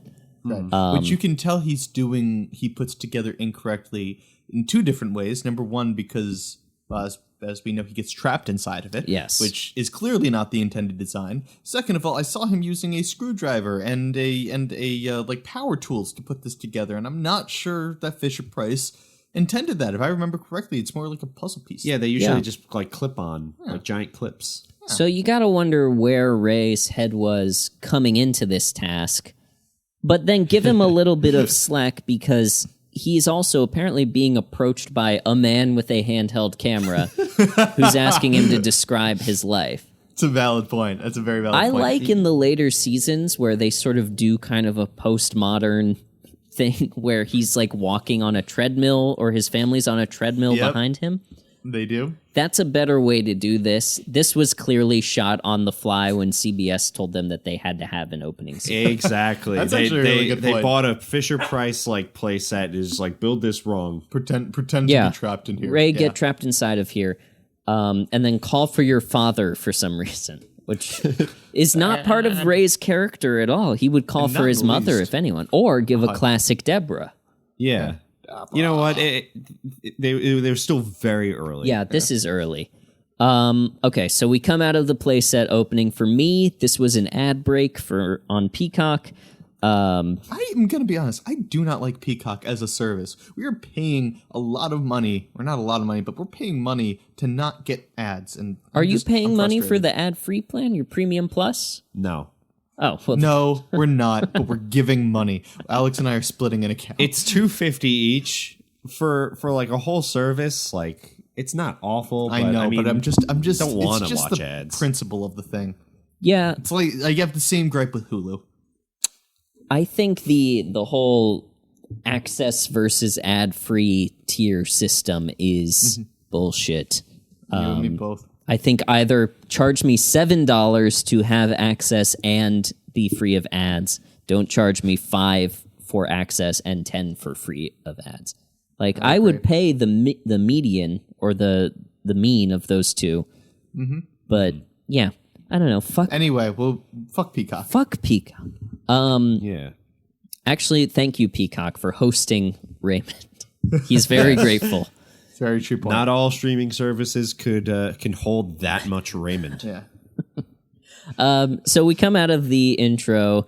and it's Deborah's birthday. So the kids, I guess, have gone to bed at this point, and she and Ray go back and forth for a long time about when Deborah's birthday is. Ray has to use the day that he proposed to her as Days. To find out, plural. Yeah, so this is an interesting thing that gives you an insight into their relationship that I'm wondering is this explored further. He proposes 3 times, which seems like at a certain point a little, I don't know if we would think highly of a guy who's that persistent in this day and age. I mean, it right? also kind of depends on why she denied him, right? If her point was, Ray, we're not financially ready to get married, that's a different thing than why the hell do you think I would marry you? Yeah. You know I what mean, look, here's what we have to look at with where it's the subtext, where she stayed with him after 2 times rejecting his proposals. Right.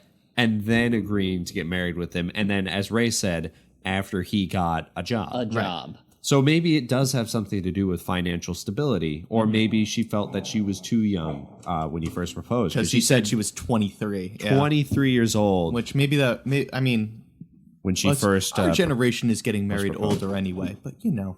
That's still young. Yeah. But yeah. Putting that aside, he eventually figures out when her birthday is and that she's turning 32. Or, no, she Ish. gave him a look, so it's not 32. 32-ish, 30s. So let's work this out. If she was 23 when they Yes. proposed and their oldest child is 3 years old, Yes. assuming that they did not have a child out of wedlock, let's allow a year for the marriage. Well, let's allow, because it's 3 proposals, and the first proposal was at 23. I So think they got, he said 23, then 24, and then he took a year off to regroup. Right, so 26 at this point. When she said yes. Okay, and then a year to plan the wedding, 27. And then she could be as young as 30.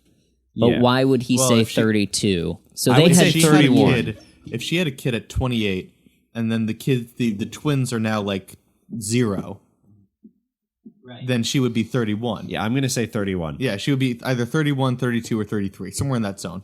Well, we know she's not 32. Yeah, she gave him a look and to imply that she was saying like, "Oh, I'm younger than that." Yeah, you're probably right. So she's having... gonna- Yeah. Cautiously guesstimate that she's probably 31. Yeah, she's probably 31 or even... Yeah, 31. 30 31 would makes be the a most rush. sense. Yeah. Yeah, because why would he say... Maybe she's pretending to be... Because that was like a very trope thing in the 90s. Like, I'm not older than 30. Yep. Maybe she's doing that. Maybe. That's I don't possible. know. We don't know enough about Deborah at this point, and we really don't learn anything about Deborah as a person in this episode. We pretty much That's a good point. only We know that learn about her as she relates to Marie Ray. and Frank and Ray. Yeah. Oh, yeah. Yeah. We also we also know that she likes to go to the movies with her friend Lisa. That's about all. And I think we can deduce that she was talking to Lisa on the phone in the cold open. Well, we also Oh. know that she shops at Victoria's Secret. Right. Because as in the words of Frank, Victoria is not a secret anymore. That's a good line. That was a good line. A line. I'd like to think that was the first time that line had been used. I feel like it's been used since. It's but definitely been used Yeah, since. I don't see any way that it could have been used before this, so I give Raymond credit for that. Yeah. Okay. So then Deborah is talking about how basically she doesn't want Marie and Frank and Robert to come to her birthday party. And they're sort of going back and forth about this for a while. And then, God damn, this ad is long. So I want to play you the clip of when Marie then comes over. Because Deborah is complaining about Marie and Frank sort of coming over and making themselves at home and not asking. And then she just barges right in. Yeah, and then right she after barges- that. With baking soda. Yeah. And this is the first so time that we see Doris Roberts as Marie. And I think it is probably one of the best performances, this scene, in the whole episode. Like, it really establishes her character. Mm-hmm. So she comes in, she slaps Ray in the face, Chris Rock style, or Will Smith. Questionable. From across the street? No, but I was here yesterday. Ooh, it's worse. See, that's funny. That is clever. That's funny. That's some. She just takes complete ownership of the scene when she comes in. Absolutely. There are a couple characters that do that. It's her and Frank that really do that every single time. Yeah. What I love about this scene, though, is that it is literally she comes in to criticize them and then leaves. And then it in just such immediately a, heads out. It's Yeah. so fluid, and her character, like, her characterization is so strong that, like, you instantly get why Deborah doesn't like her and why, you know, if this is her everyday life, why she's so annoyed by it. So I think she is the best performance in this whole episode. Like, if Ray, who needed an acting coach to, you know, do this. Ray needed an acting coach? Yeah, apparently multiple. Apparently wow. multiple acting coaches were brought in for Ray.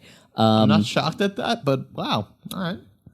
But if Ray is, and you can kind of tell that his performance is not the most, you know, layered and energetic. Very monotone. Yeah. Very, very monotone. It's very flat. But like Marie is like the most developed character. Like, she's the most comedic character besides Frank. Frank is also like one of the comedic engines here. But And like, I also do love that right away, Deborah's kind of like, what's the word? Like, Marie comes in and Deborah's kind of proven right in a way. Like, kind of, she, her concerns are justified. That's the word I'm searching for. Where it's not like we don't have like any of like the wife being over dramatic kind of discussion. Yeah, it's like she comes in, okay, we get it. She's right. This is insane. yeah. Because if Ray is the title character, and Ray is sort of, you know, I think what this scene does a really good job of establishing is that Ray is not the audience surrogate here. Deborah is. Like, we are identifying with interesting. Deborah. And even though Ray is the title character and it's based on Ray's life and everything, it's like, in reality, would you identify with Ray or like feel sympathetic towards Ray for being in Alex's words, a coward, for being lazy, for being, you know, for letting his family walk all over Deborah? You would identify with Deborah. And you're 100% right. I guess I never really considered that before, but you're absolutely right that you're not supposed to feel sympathy for Raymond, or not too much anyway. We'll see how that progresses as well throughout the series, because that might change, actually. Well, I don't think Deborah ever becomes the crazy man, right? Like, there are certain situations where you might feel for Raymond, but like, yeah, you're 100% right. It'll be interesting. If I'm remembering it correctly, like, most of Ray's like nuance or character development is in his interactions with like Robert or with Frank, or to a lesser extent with Marie.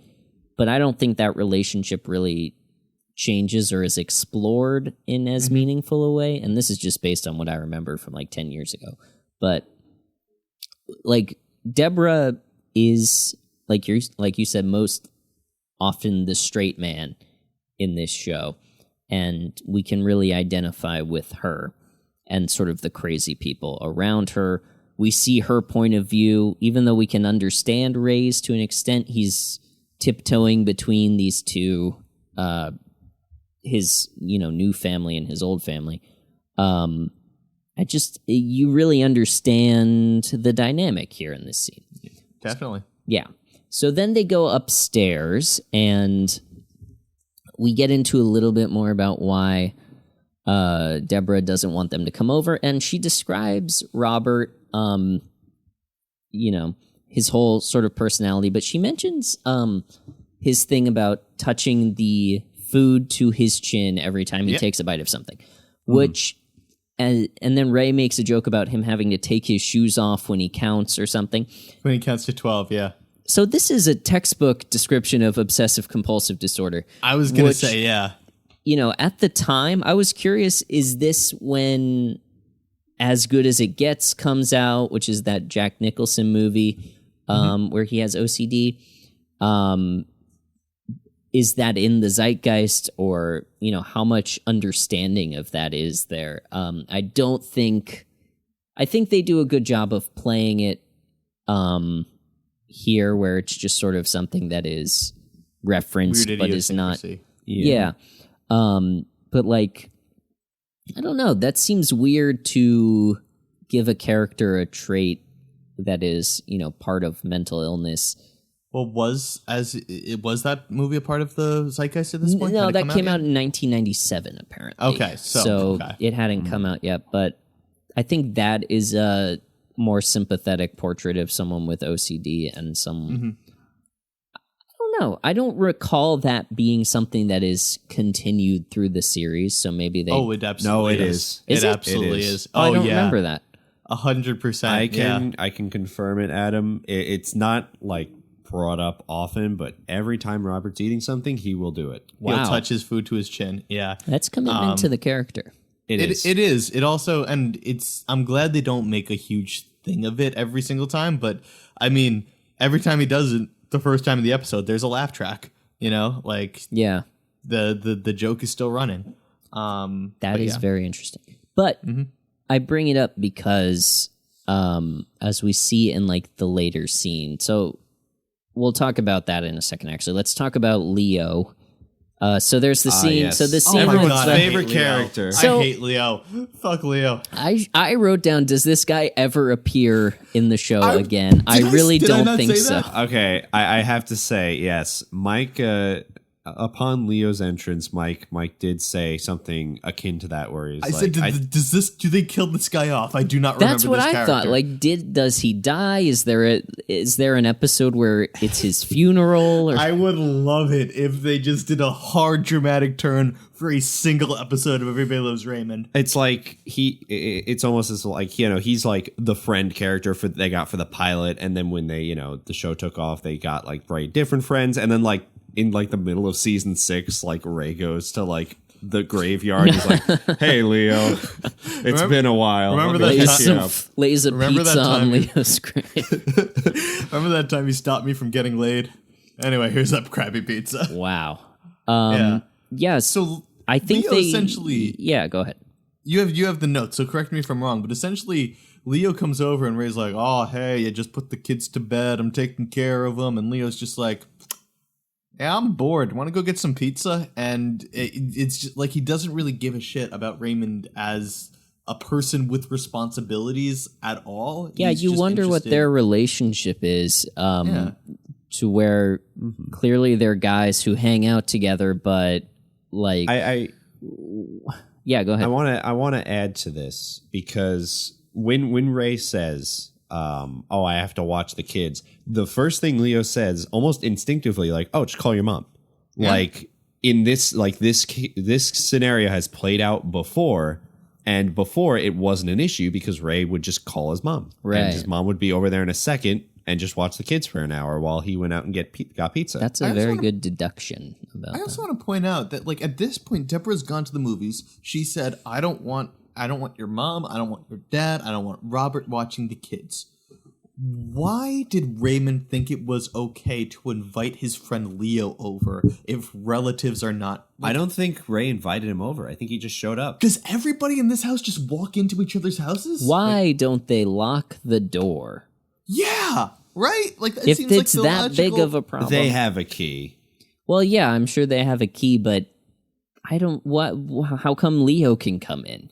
Well, he didn't. He 'cause knocked. he's got Oh, he pizza. did. Okay. Yeah. Well, he doesn't have the pizza. So this is another thing: is why don't they just order the pizza? Like, that would take. That's such a good point. That Why takes did I the not even think of it? entire. Like, That takes the knees out of this problem. I Yeah. think from my memory of watching it like an hour ago, I think Ray got like overwhelmed really quickly because Leo kind of was like, they had that little discussion about like, oh, call your mom. And then Ray was like, well, I can't. And he was about to get into explaining why. And then his mom walks in and then she hears this and then she starts pushing him out. And he's like, no, wait, why? I really have to. And then before he knows it, like he's already like halfway out the door, being pulled by Leo, being pushed by Marie. And at that point, he's just like, well, I mean, what am I going to do?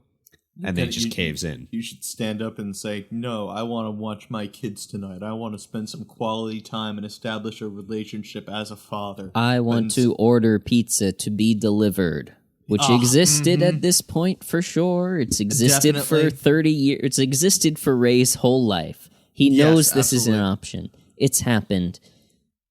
A line like, I don't have any cash or something would justify why they had to go out for pizza. But there's no, it doesn't even, so I think Ray takes a hit on the dad score for this one. I think this 100%. Knocks him down to, Jim from According to Jim. I don't know too much about Jim. I mean, look, if we're talking like from a scale of 1 to 10, like from the beginning of the episode, me personally, I would have put him at like, maybe like a strong 7. Like he comes in, he tries to do the right thing and he works to help the kids. He ends up bribing them, but I think, he had good intentions and he really just wanted to kind of calm the situation down. For this maneuver, I wouldn't give him all the fault because I do. Because if Leo didn't come and it was just his mom, I think he would have, he would have talked to her for a little bit and then kind of eventually gotten her out. I think he was pressured and under the pressure he broke. I would take like a point off for that. Okay. He also knew that the kids were not going to be in any sincere danger.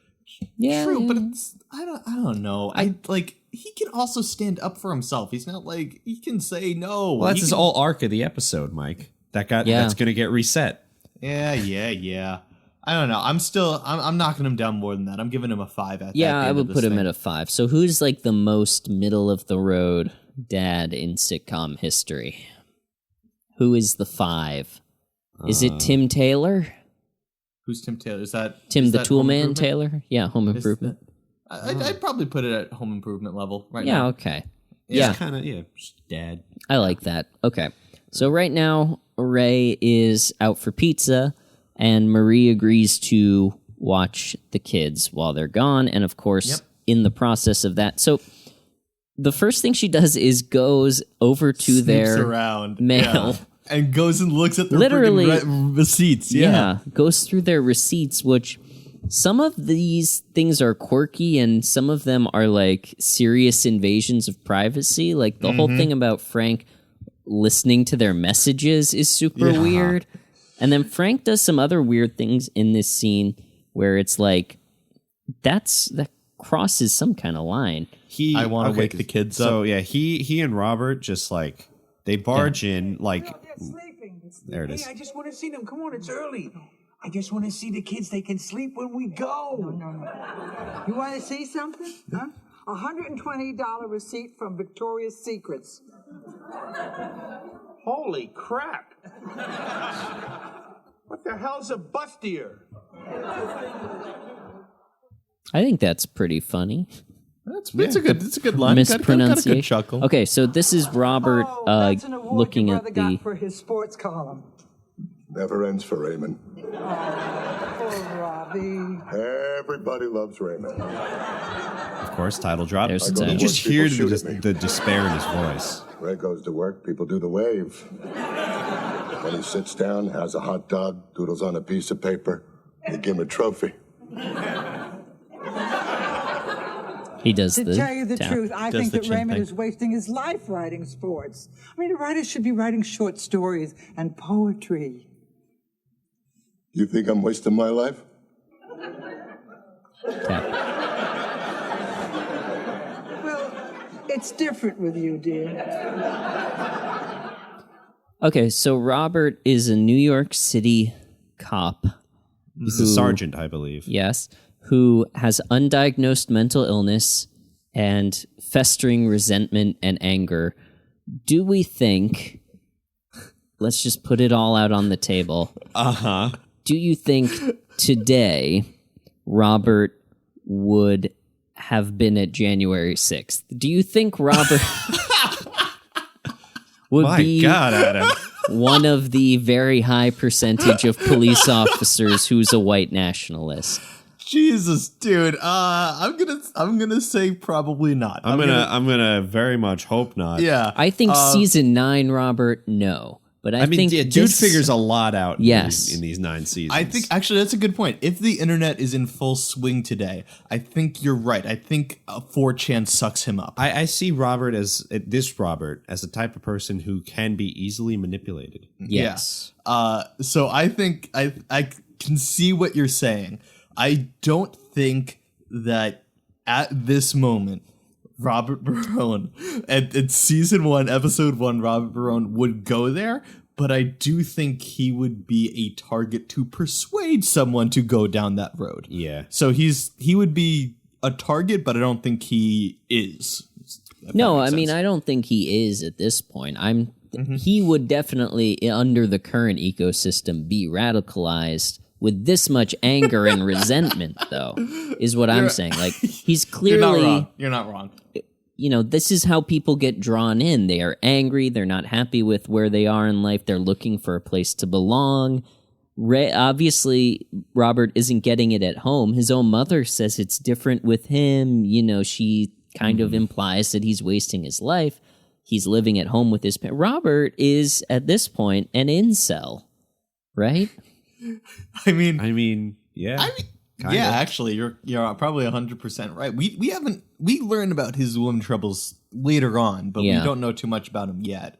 But yeah, I mean, he fits the bill at this moment. You're 100% right about that. I just think it's a very stark character at this point, and I'm glad that as the series goes on, he gets dug out of this hole a little bit because, you know, speculating as to where these characters would be now, I wouldn't be optimistic for season 1 Robert or pilot Robert. Yeah. True point. Yeah, I'm with you. Yeah. Because Frank would definitely have, you know... Be dead. Maybe, yeah, he would exactly. be like 112 years old. Okay, all right. Thank you very much. Yeah, you're right about that, though. Okay. So, yeah, they all come over and they all cause a fracas. The kids get waken up. Now, here's the thing that I want to know, because eventually Ray comes home, Ray kicks him out and says, no, you gotta go, after the kids are running amok. Mm-hmm. Does Raymond actually clean up, or was that Marie and he's taking... No, that place was kind of messy when he got home. Okay. And he kicked them out right away. So I saw like toys laying out, things like that. I think he actually cleaned. Okay. I'm going to give him credit on that one. I think so, too. I just want to point out one of my favorite gags in the episode is Robert tapping the twins' chins with the spoon while he's feeding them. That's a fun one. That was the That's funniest choice I had noticed. Yeah, that one's great. I think it's interesting to... Let me scrub a little bit and see if... Okay, so, let's talk about the sniffing the heads thing for a second. The Fountain of Youth. The Fountain of Youth. Yeah. That doesn't go away either, I don't think. Does it not? I don't think so. Have you ever seen that in real life? Like, I know people say that babies have, like, a smell. Babies do have a smell. Do people relish it like that, though? Like, that seems... I do not know. This I've is not one met of the someone things who where does. it's like, it crosses the line from quirky to a little, like, weird, right? You know, for me, if it wasn't his own grandkids, then I think it would cross the line for me. Right. I don't know. I think it's weird to do with anyone. So I'm at the very moment that he pushes Robert out the door, and then we get a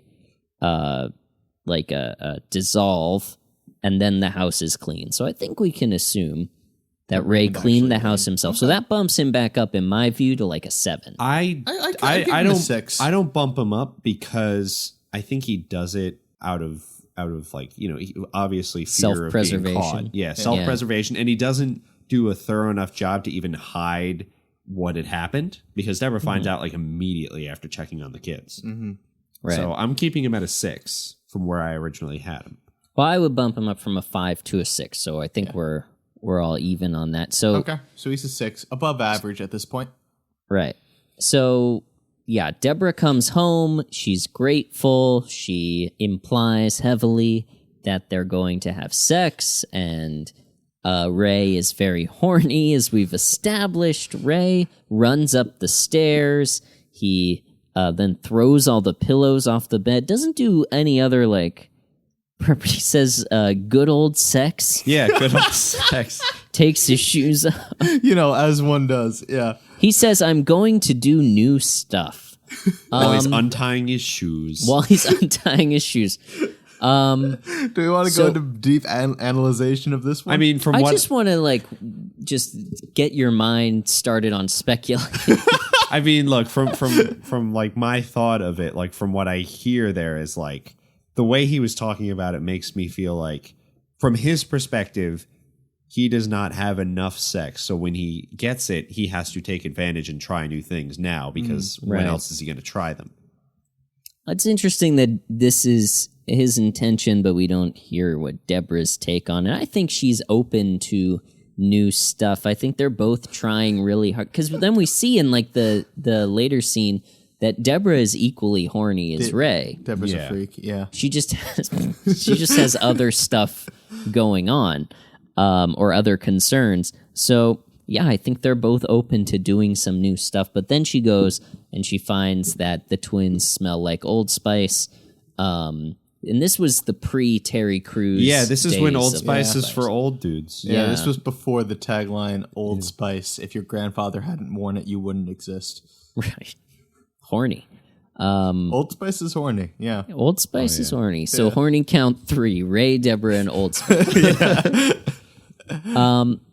And then Deborah is disappointed in him and is basically, I think everything she's saying is very reasonable. I think and so, she's too. just trying to set healthy boundaries. Like, I'm full on Deborah's side on this. Mm-hmm. I think who would not be on Deborah's side? Them, no one.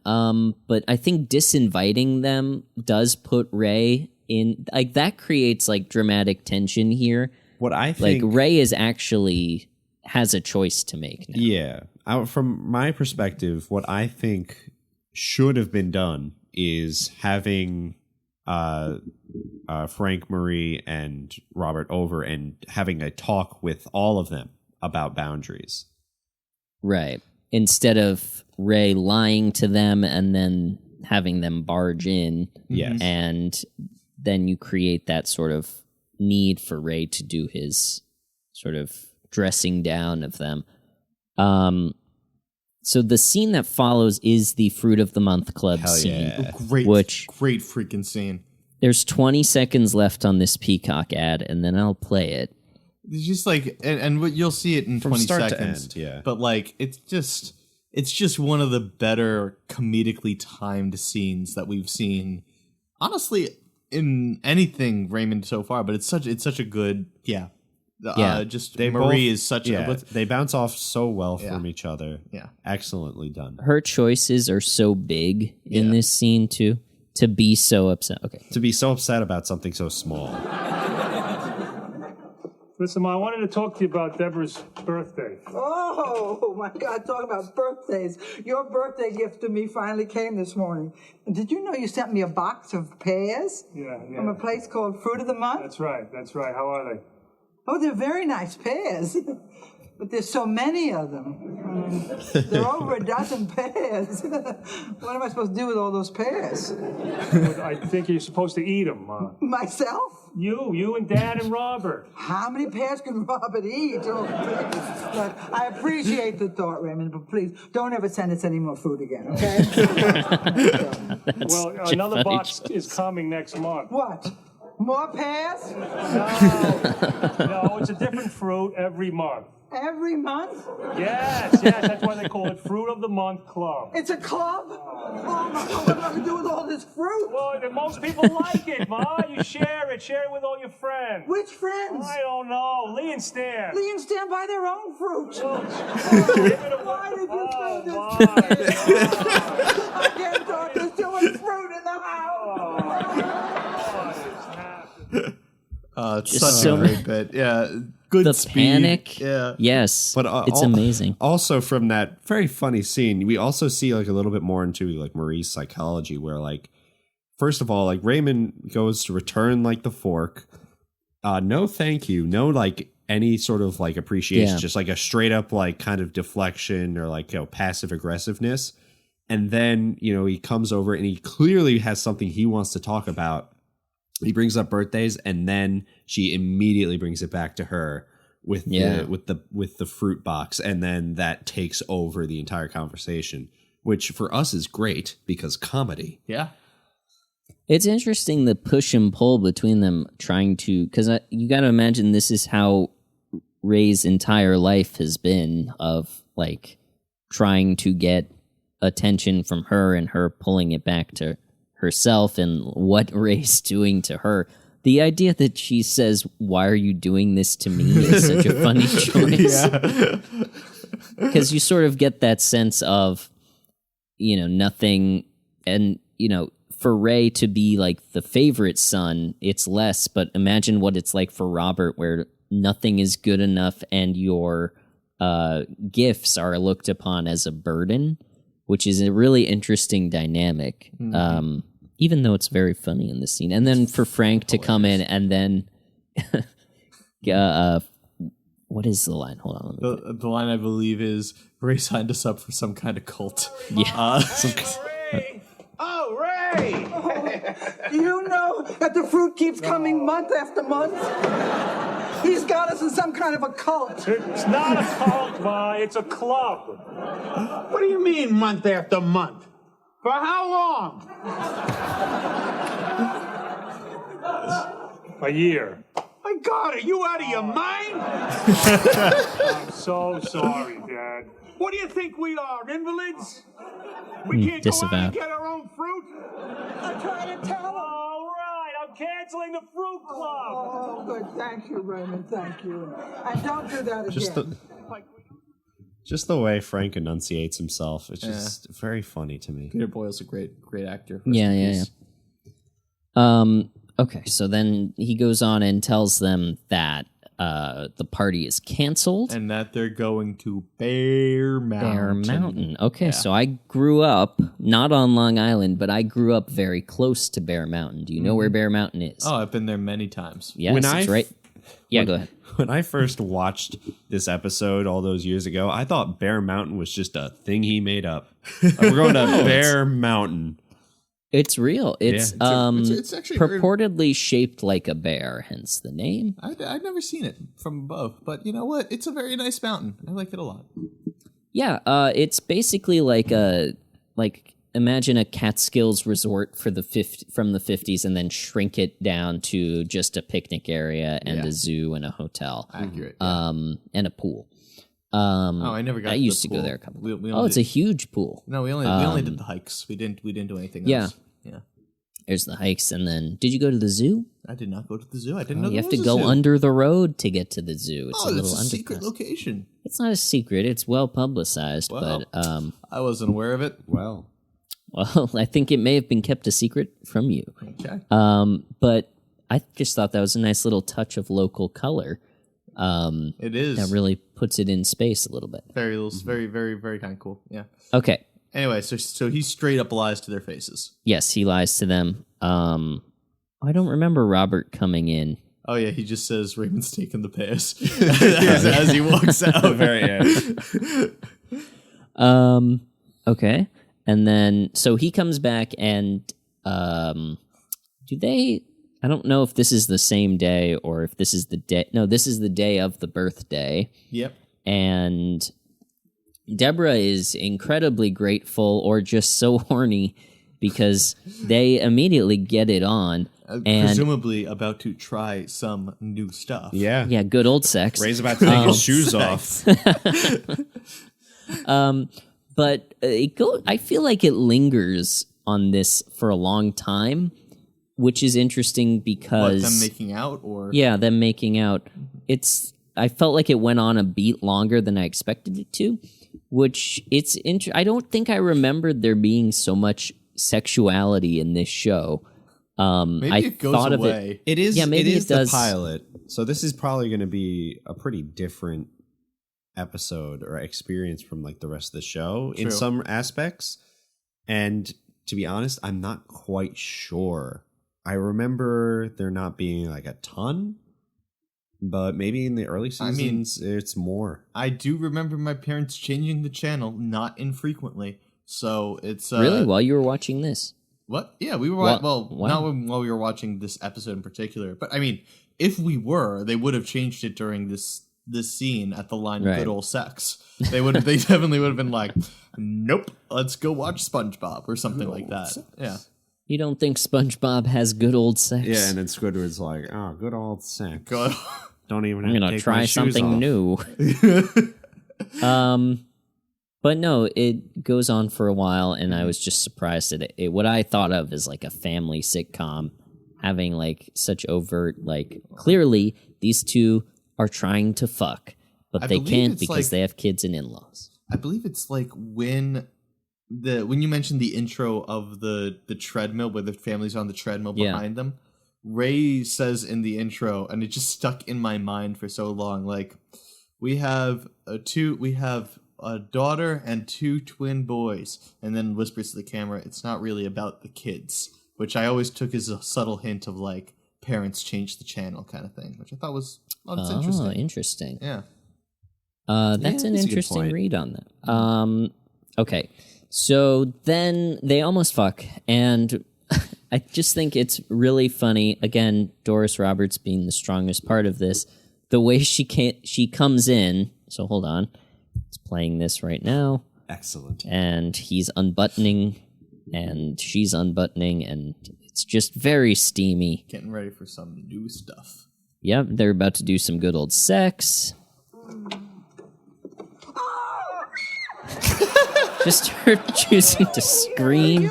Like she was stabbed in the heart. Ah! How dare you fuck your wife? I do want to point out that this may have been a blessing in disguise for those two, as after Marie, Frank, and Robert leave, like 30 seconds later, their daughter comes downstairs. So if they were not interrupted, they would have been way further along. Yeah. You're right. So that's an I hadn't thought about that. You got to look at the bright side. It's a very good point. It's a very good point. Yeah, not only does Marie scream as if being stabbed, but actually, that Robert probably woke up the daughter. Now that I think about it. Oh, maybe. Interesting. Well, it does seem to be the middle of the day, so maybe not. I don't know. Point two. We don't have that concept. It's kind of like end of party time, maybe like 5 o'clock.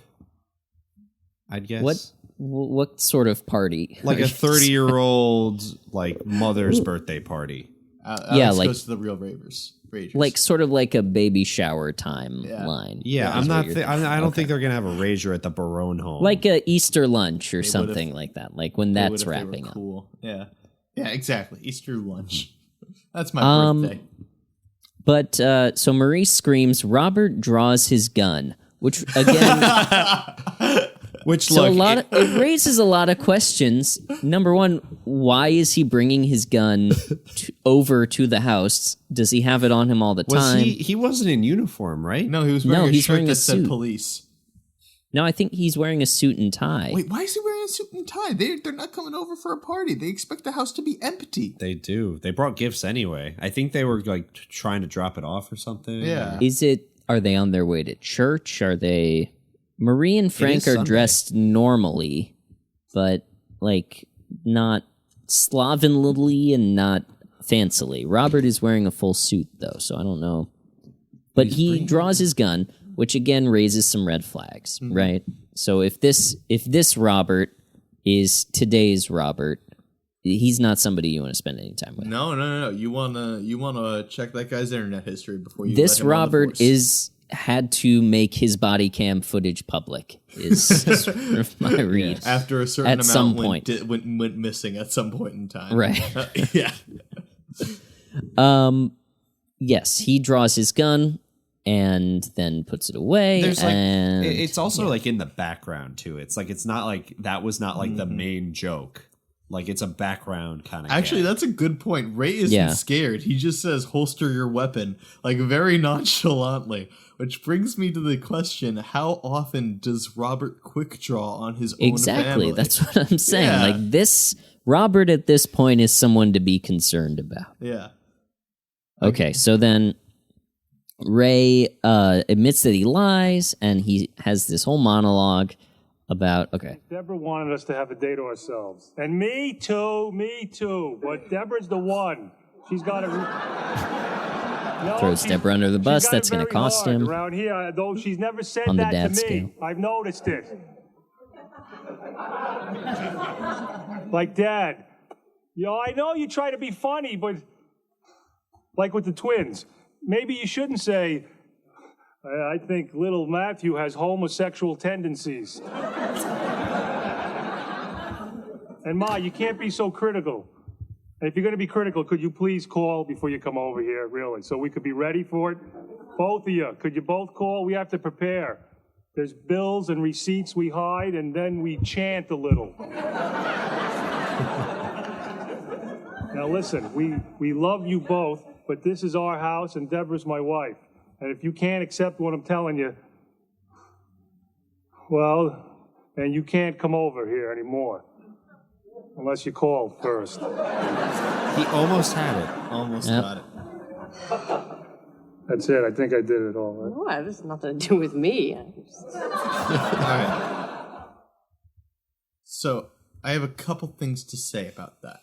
Yes. First and foremost, from a logistical continuity perspective, the twins' names for the majority of the series are Michael and Gregory. I do not know why in this one episode his name is Matthew. It's just a continuity thing that kind of bugged me this episode. Right. Yeah. I don't know why either. And I think they're based on Ray's real twin sons, but I don't... Did they have a name change at some point? No, but I think maybe they changed it from... Let me see what his sons' names are. Personal life. All right. Well, while Adam is looking that up, I'm just gonna put it out there that also, like I said, I don't think Ray has this conversation at all if Deborah is not leaning over his shoulder dictating his every move. You know what I mean? I think he's there because it's like, all right, I gotta do this or else I won't be able to try the new stuff. That's a great point. Yeah. Like, he's very much appeasing Deborah in this moment. I can see that Ray is also kind of like wanting to set boundaries with his parents, but I think he's a little too spineless to do it without Deborah's initiative. True. I'm wondering how much of this... So first of all, in the pilot, they were named Gregory and Matthew after his real-life sons, but then he didn't want all of his television children to have the same names as his real children, so they changed it to Jeffrey and Michael. Oh, that's it. Although Allie is the name of his real-life daughter, so I don't know why they didn't change that as well. Yeah. I don't know. Okay.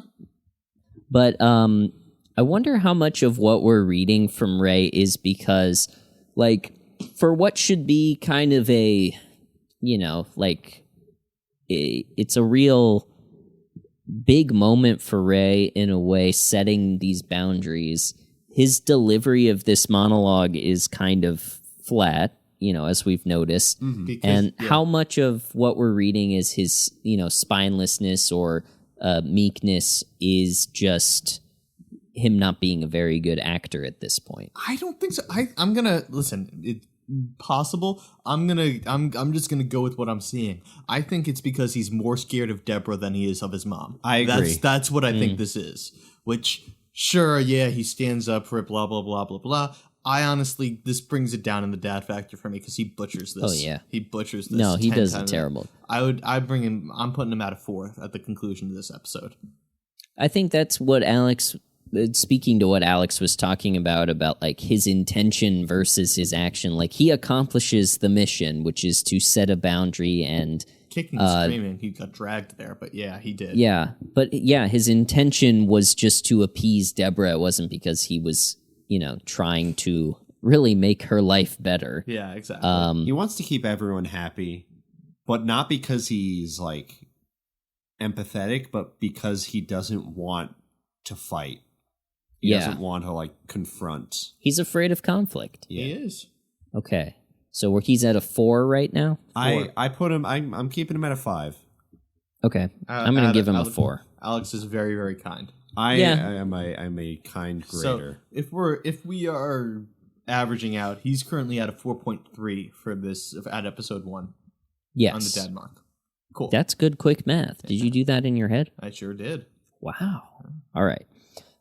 So he makes this big speech, and then Marie basically says, "We understand, it's fine. Would you make such a big deal about it?" And then they leave.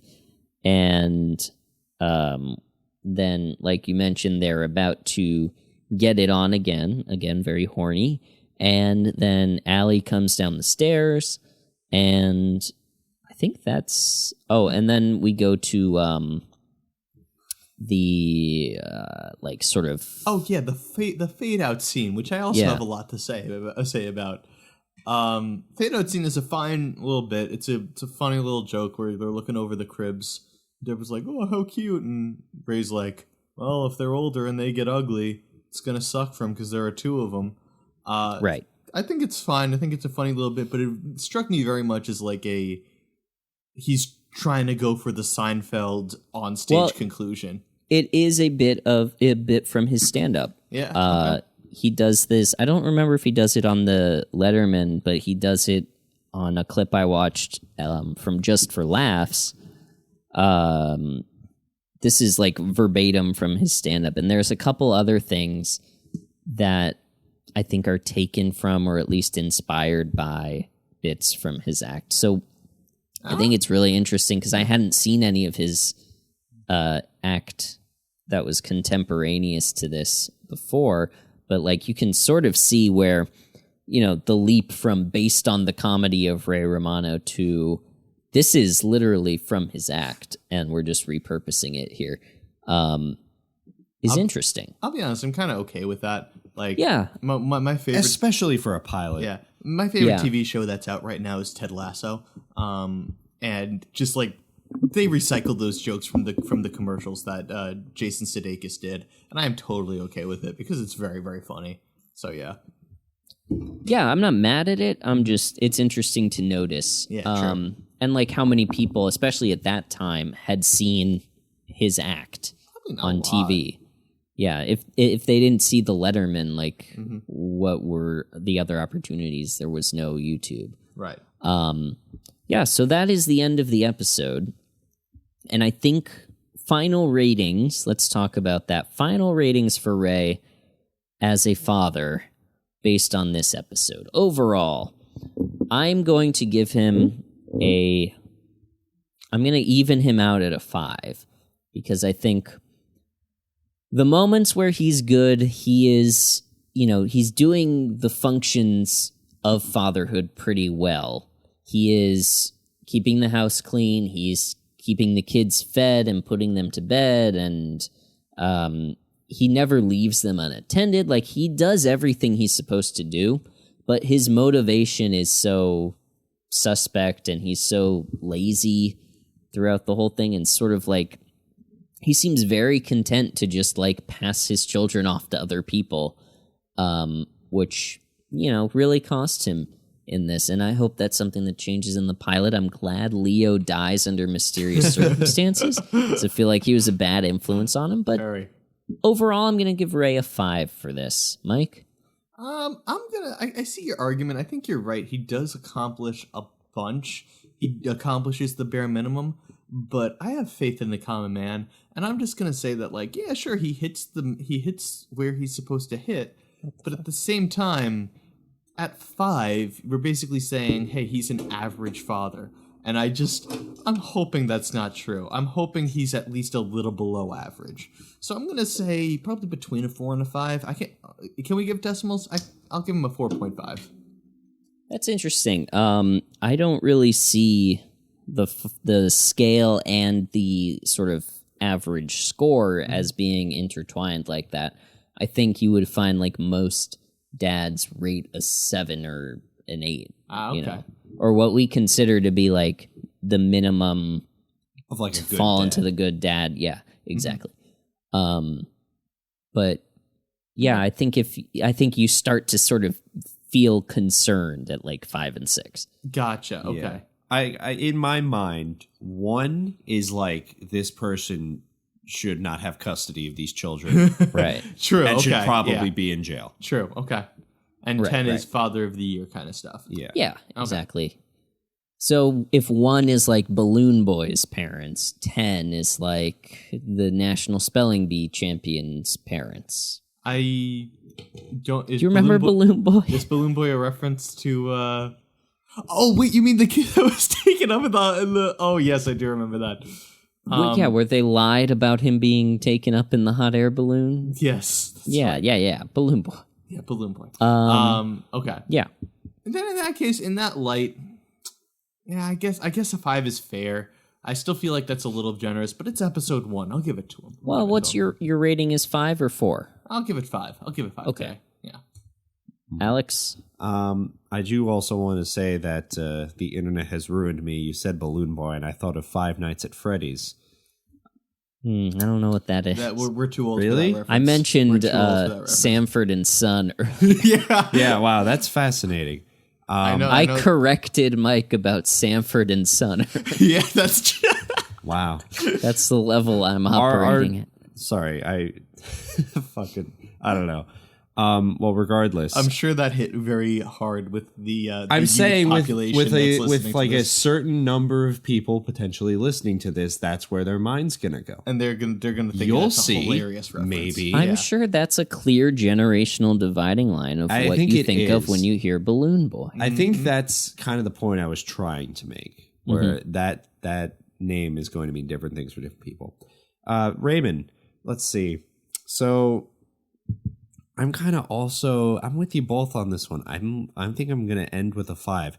For me, Ray danced between 5 and 7 in this episode. I started him off at a 7 because of kind of his efforts coming in. He was out doing his job though. Like he wasn't just like ditching for no reason. He comes in the second he's in, he's helping Deborah. Throughout the episode, he very obviously is hesitant to kind of go against Deborah.